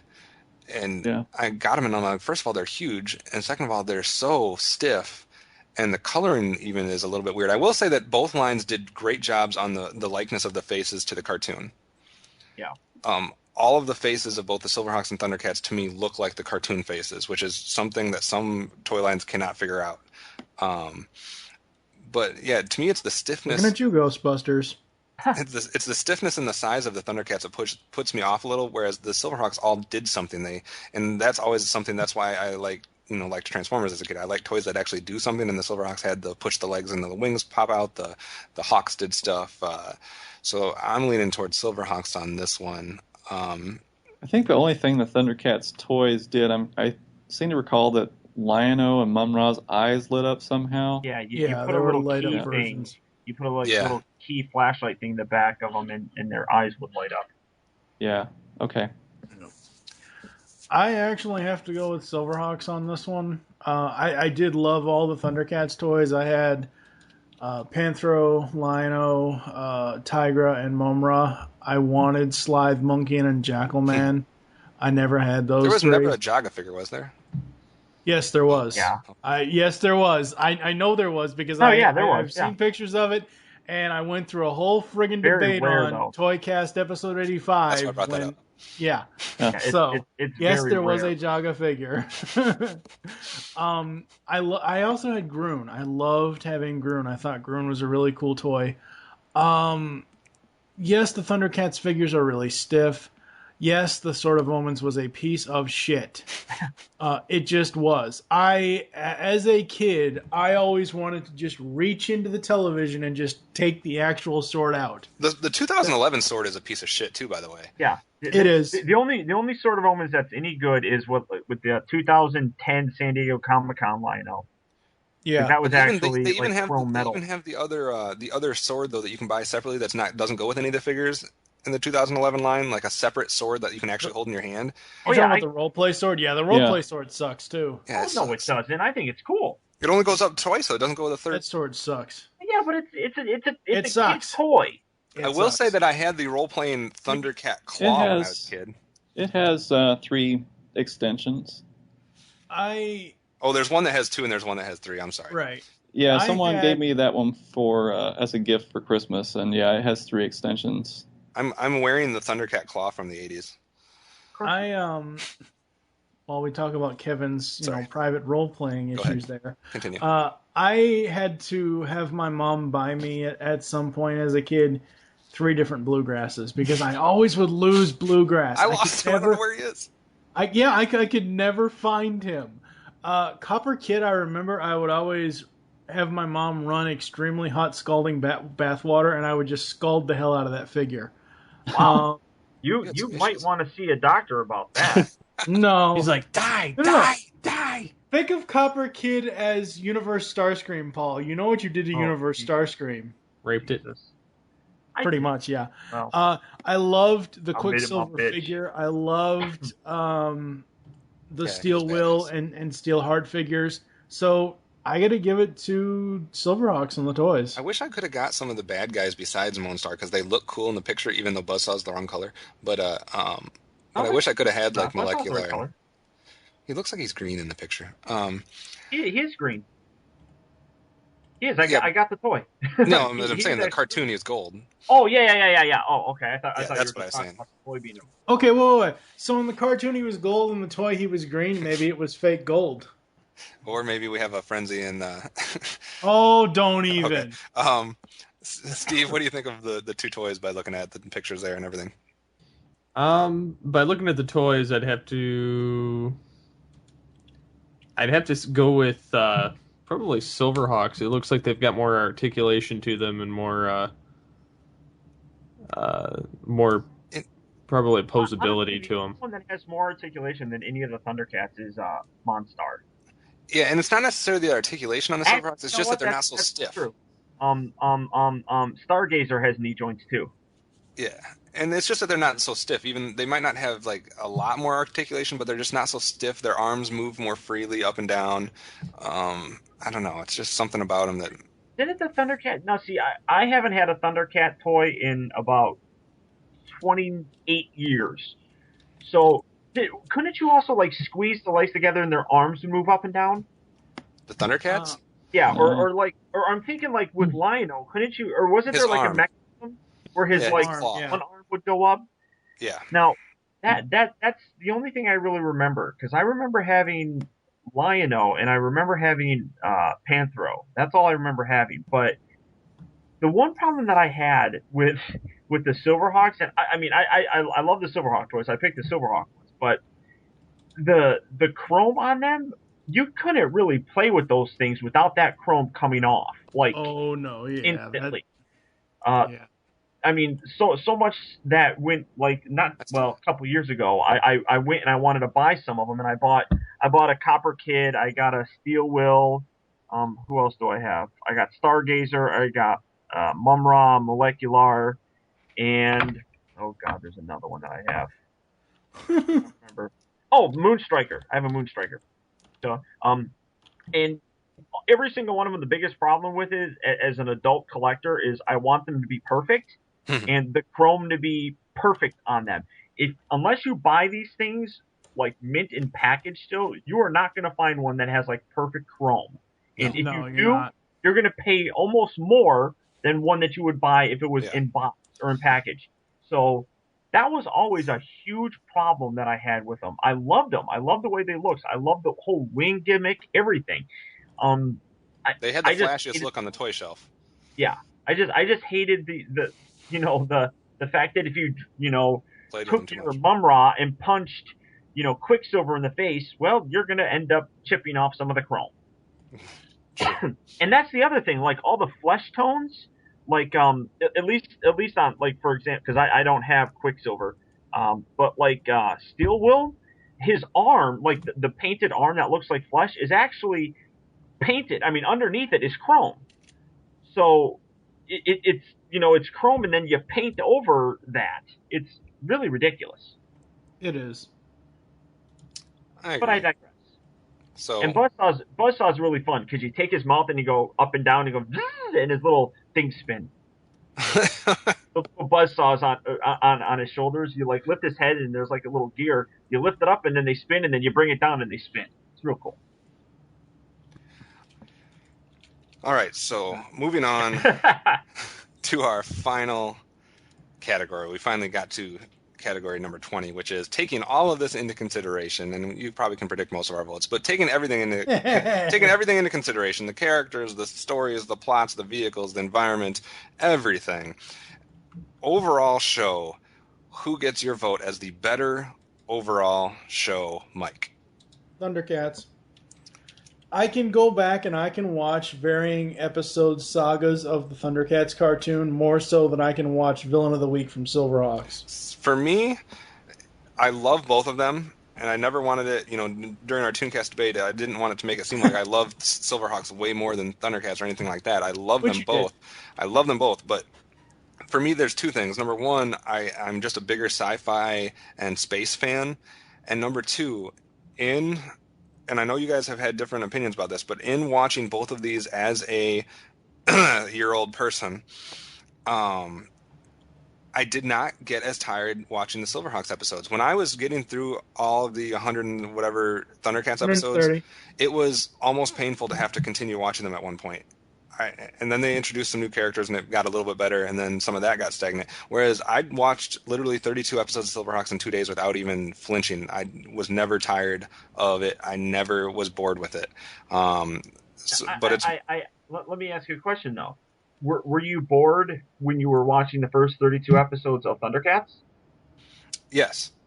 Oh, okay. All right. Like, eventually, as long as you're not saying that you got bored with it when you were in like season 2 of Thundercats. No. I'm saying like almost it was painful to have to watch 7 at a time.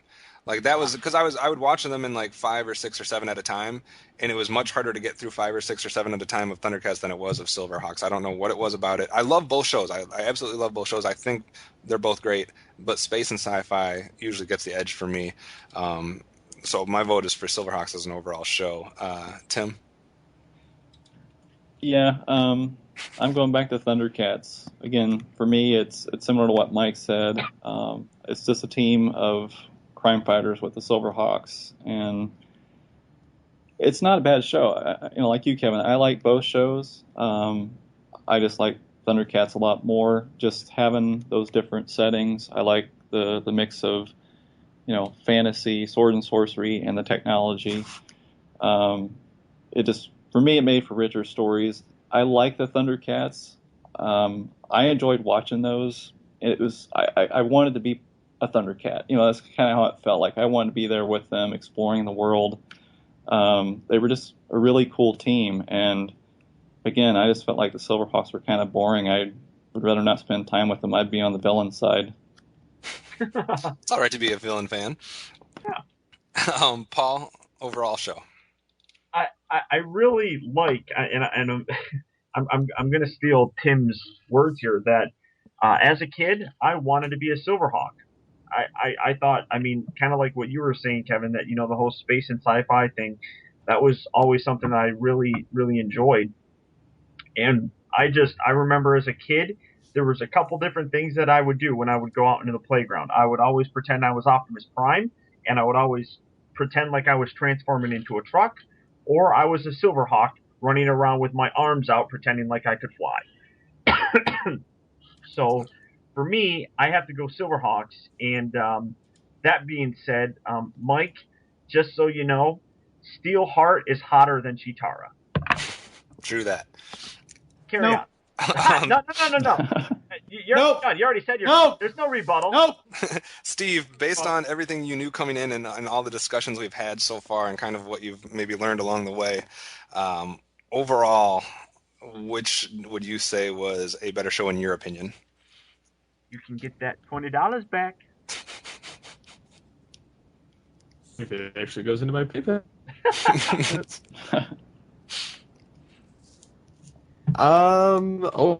Probably No gonna pressure. have to. Yeah, I know. It's not like I'm gonna get $2 anyway, so. I'm gonna have to go with Thundercats overall. Listen to him cry. It hurts. Next, we're gonna hear flatulence, but Oh. I'm actually proud of myself. I haven't had to go.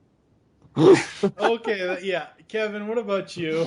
I already said, based on the sci-fi and the space aspects, I have to go with Silverhawks as the overall. There, Mike. right, So talk amongst yourselves while I tally up the vote. Mike, say Actually, we're going to go to a commercial break, okay. and then you can tally up the vote, and we'll come back with the final voting results, Exactly. There it is. and then we'll be done. tally ho! We'll be back after these messages. Thundercats are loose again after these messages. Hi, this is John Delancey, and you are listening to the Geekcast Radio Network.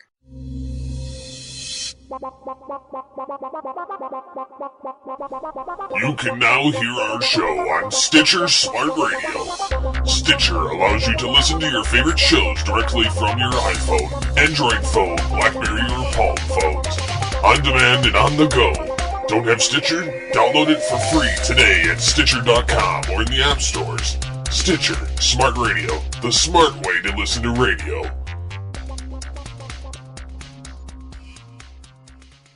Sword of Omens, give me sight beyond sight. I see a new episode coming this week. Hey, I'm Gary. I'm Greg. I'm Chuck. And I'm Justin. Join the four of us every week on the internet's #1 G.I. Joe podcast, What's on Joe Mind? That's right. It's Joe news, reviews, and special guests like you've never heard them before delivered right to your MP3 player. Think of it as Joe Talk meets Sports Talk. And we make fun of Chuck. Right, please. Hey. We're just kidding, Chuck. Kinda. Yeah, sometimes Chuck makes fun of himself. Right, please. Hey. It's What's on Joe Mind? Every week on the Geekcast Radio Network, InsidePulse.com, Stitcher Smart Radio, and iTunes. Download and listen today. Can I say something about Transformers? No! When I'm not rooting Third Earth of Mum-Ra's evil, I'm enjoying Tooncast with the other Thundercats. Tooncast is dedicated to the cartoons we grew up with. 100 episodes and more make up one of the GCRN's most popular podcasts. Join hosts TFG and Mike, Optimus Solo, Terror the Rising Star, and tons of guest hosts. We also have voice actor and writer interviews. Tune in to Tooncast as we look back on the cartoons that defined us as geeks. You can find Tooncast on iTunes and the web at www.geekcastradio.com. Tune in. And now, back to Thundercats. So, you have just heard I think, about 4 hours of discussion on these two things, Thundercats and Silverhawks. We've broken it down. We've got 20 different categories. We've made our votes. The tallies have been cast, and the voting has been counted up, and there's no recounts. Remember, there's 20 categories. And after the tallies have been counted up, the final vote is, drumroll please, the Thundercats and the Silverhawks, each getting 10 categories. What? A draw? A total draw after all this? We brought in two Executive decision, people. tiebreaker. But this game. as This fucking blows. No, hold on, guys, because not only did I keep track of the categories, I did keep track of individual votes. Ooh. So, although the categories were 10 for Thundercats and 10 for Silverhawks, when we break it down to there was 20 categories and there was 5 of us, so there was 100 individual votes. Out of the 100 individual votes, Thundercats had 55, Silverhawks had 45. Thundercats wins. So in a tiebreaker, we will give the decision in this GCRN Wars to Thundercats. Oh, man. I feel like I've been shot at and missed and shit at and hit. Barely. In the first ever tie, and hopefully we don't have too many more, but 10-10, but 55-45 in the tiebreaker sudden death, whatever you want to call it. So, final thoughts, Mike. Thundercats wins. Larry Kenny was right. Larry Kent, don't even get me started on that. The only reason why he likes Thundercats more is because he's got more of a role with Thundercats than Silverhawks. It still lasted. No, as I've already said, I'm going to shank the hell out of you. Shut up. You were As a quick final thought, shut up. As a quick final thought from me, Thundercats is a cartoon I can go back to. Between Thundercats and Silverhawks, both of those Tooncast classic episodes, I watched all 130 episodes of Thundercats within 1 week's time. Same thing with Silverhawks. I watched all 65 episodes in 1 week's time. And I can watch Thundercats episodes more than I can Silverhawks. So what about you, Tim? Tim? Watch all 65 episodes of Silverhawks when it wasn't on DVD yet. Just asking. You know what I mean? Okay, anyways, we've already given our final votes. This is just final thoughts. Final thoughts, Tim. I feel similarly to Mike. I can still watch Thundercats and enjoy it. I tire of Silverhawks after a while. But if you like Silverhawks and that's your favorite, you're not wrong. And if you like Thundercats and that's your favorite, you're not wrong either. Hopefully you enjoyed us dissecting it. Yeah, I think it was California, a fun... You're always wrong. Do you know who feels bad in all of this? I'm going to take my Sword of Omens and I'm going to shank you, Mike. You're going to take a Sword of Omens and shove it up your ass and rotate it. That's right. And say, let me see your sight beyond sight, you little... I'll give you sight beyond sight. So even though there are a lot of similarities, Final thought on hold on. Tim was Silverhawks. finishing. Tim was finishing. Oh, okay. So yeah, even though there are a lot of similarities with the voice cast, a lot of the same writers, people behind the scenes working on the shows, they're still very different shows, and you can enjoy one and maybe not enjoy the other, or maybe enjoy one more than the other. That's fine. We've seen a resurgence of Thundercats with the new cartoon. I think they've done a good job with it, and I'm interested to see if they do a revival of Silverhawks and to see what they will retain from the old series or what they will get rid of. Because I think there are a lot of things in Thundercats that are sort of this, timeless, just timeless attributes to some storytelling, which, like you said, it's similar to Transformers. It's similar to, other stories that we've seen. And Silverhawks it's somewhat different than that. And then you've got these, really strange villains and odd characters and monsters, They could make some kick-ass toys out of the Silverhawks. Yeah, they were pretty cool looking toys. So, but, I mean, they could make if they redid a revival, they'd have some cool classics versions. Man. Yeah. Paul, go ahead. Final thoughts.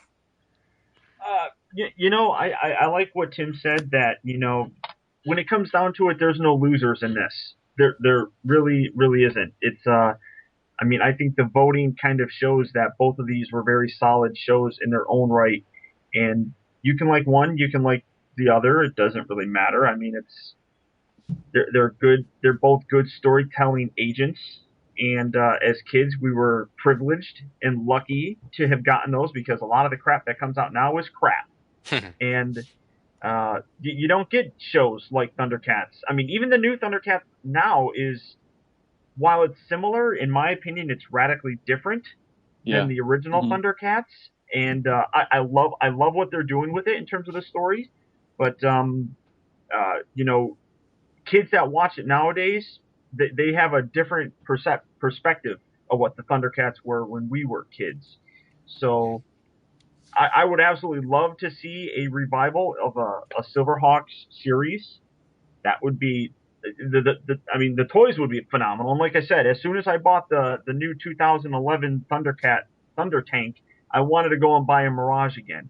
And it's absolutely cool. I mean, like I said, I think we're all very fortunate to have gotten to watch these, and kids nowadays probably wouldn't appreciate it the same. They'd go back and watch, and it would definitely not. They wouldn't even be having this discussion with us because, I'm going to use an analogy. I just watched a South Park episode where everything that we like that our parents didn't.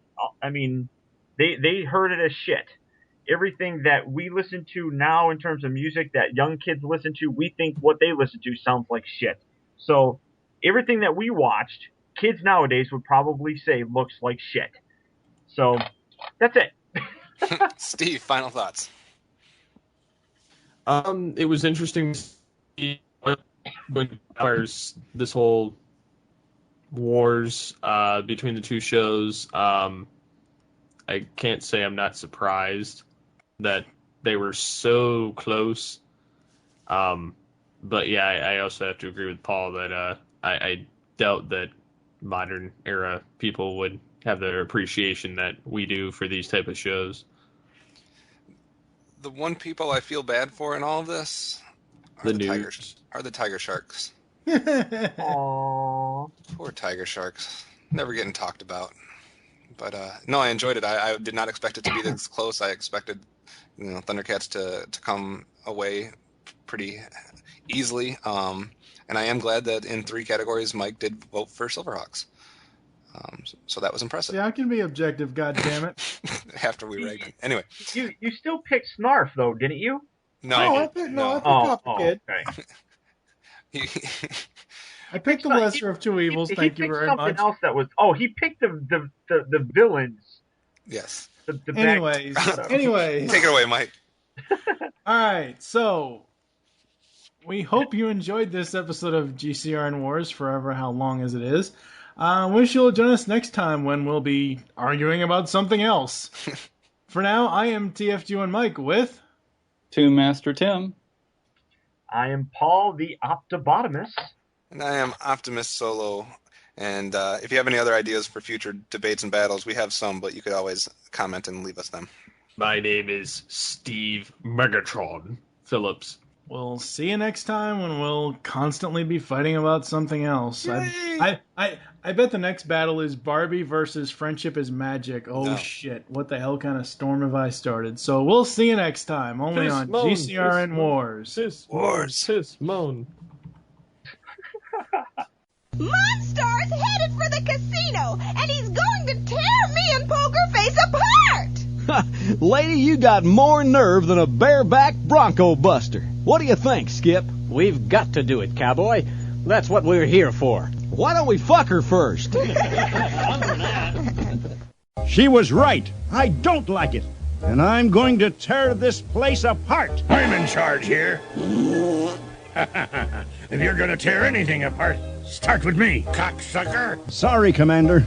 Not only can he travel through time just like me, but he's also a tracking bird, kind of a space bloodhound. First, we give him something hardware is touched, like this used prophylactic. Get your nose out of my ass and do what I tell you to!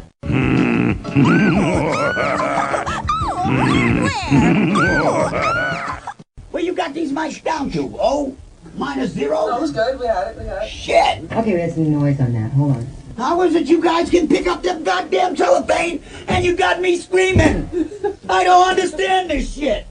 I should have known the Territor didn't mean us any harm when the Sword of Omens didn't obey me. And anyway, it was just plain stupid to assume it might be bad. Just what the fuck am I talking about? It's when Wily Cat and Kid are pretending to be the most helpful that they're dropping their pens on the thing while I'm talking. Let's find the mega condenser. I'm saying that too fast. Let's find the mega condenser. Still going too fast. What's wrong, Lion-O? Oh, fuck, here it is again. What's here again? That thing, that mega thing. Want me to say it? Yes! I'm going to put this one right between her pretty. That's the line of the show right here. And keep your foot off that blasted samoflange. What the fuck is a samoflange? I have to do that again. Oh, Lion-O! We're not... What's the matter, Snarf? You got a cold. Motherfucker! You fucking dog, yeah! Shut the fuck up! Get over here, bitch! Ah, damn! Run out the fucking plank, boys! Come here, motherfucker. Thunder! Thunder! Thunder! Thundercats! I'm going too high. You've got to get back to the lair, Panthro, before those mutants do something drastic. Come on, I will get yourself together. Go ahead, just I want to see your tits, my dear. Can't stand it. Going to pass out.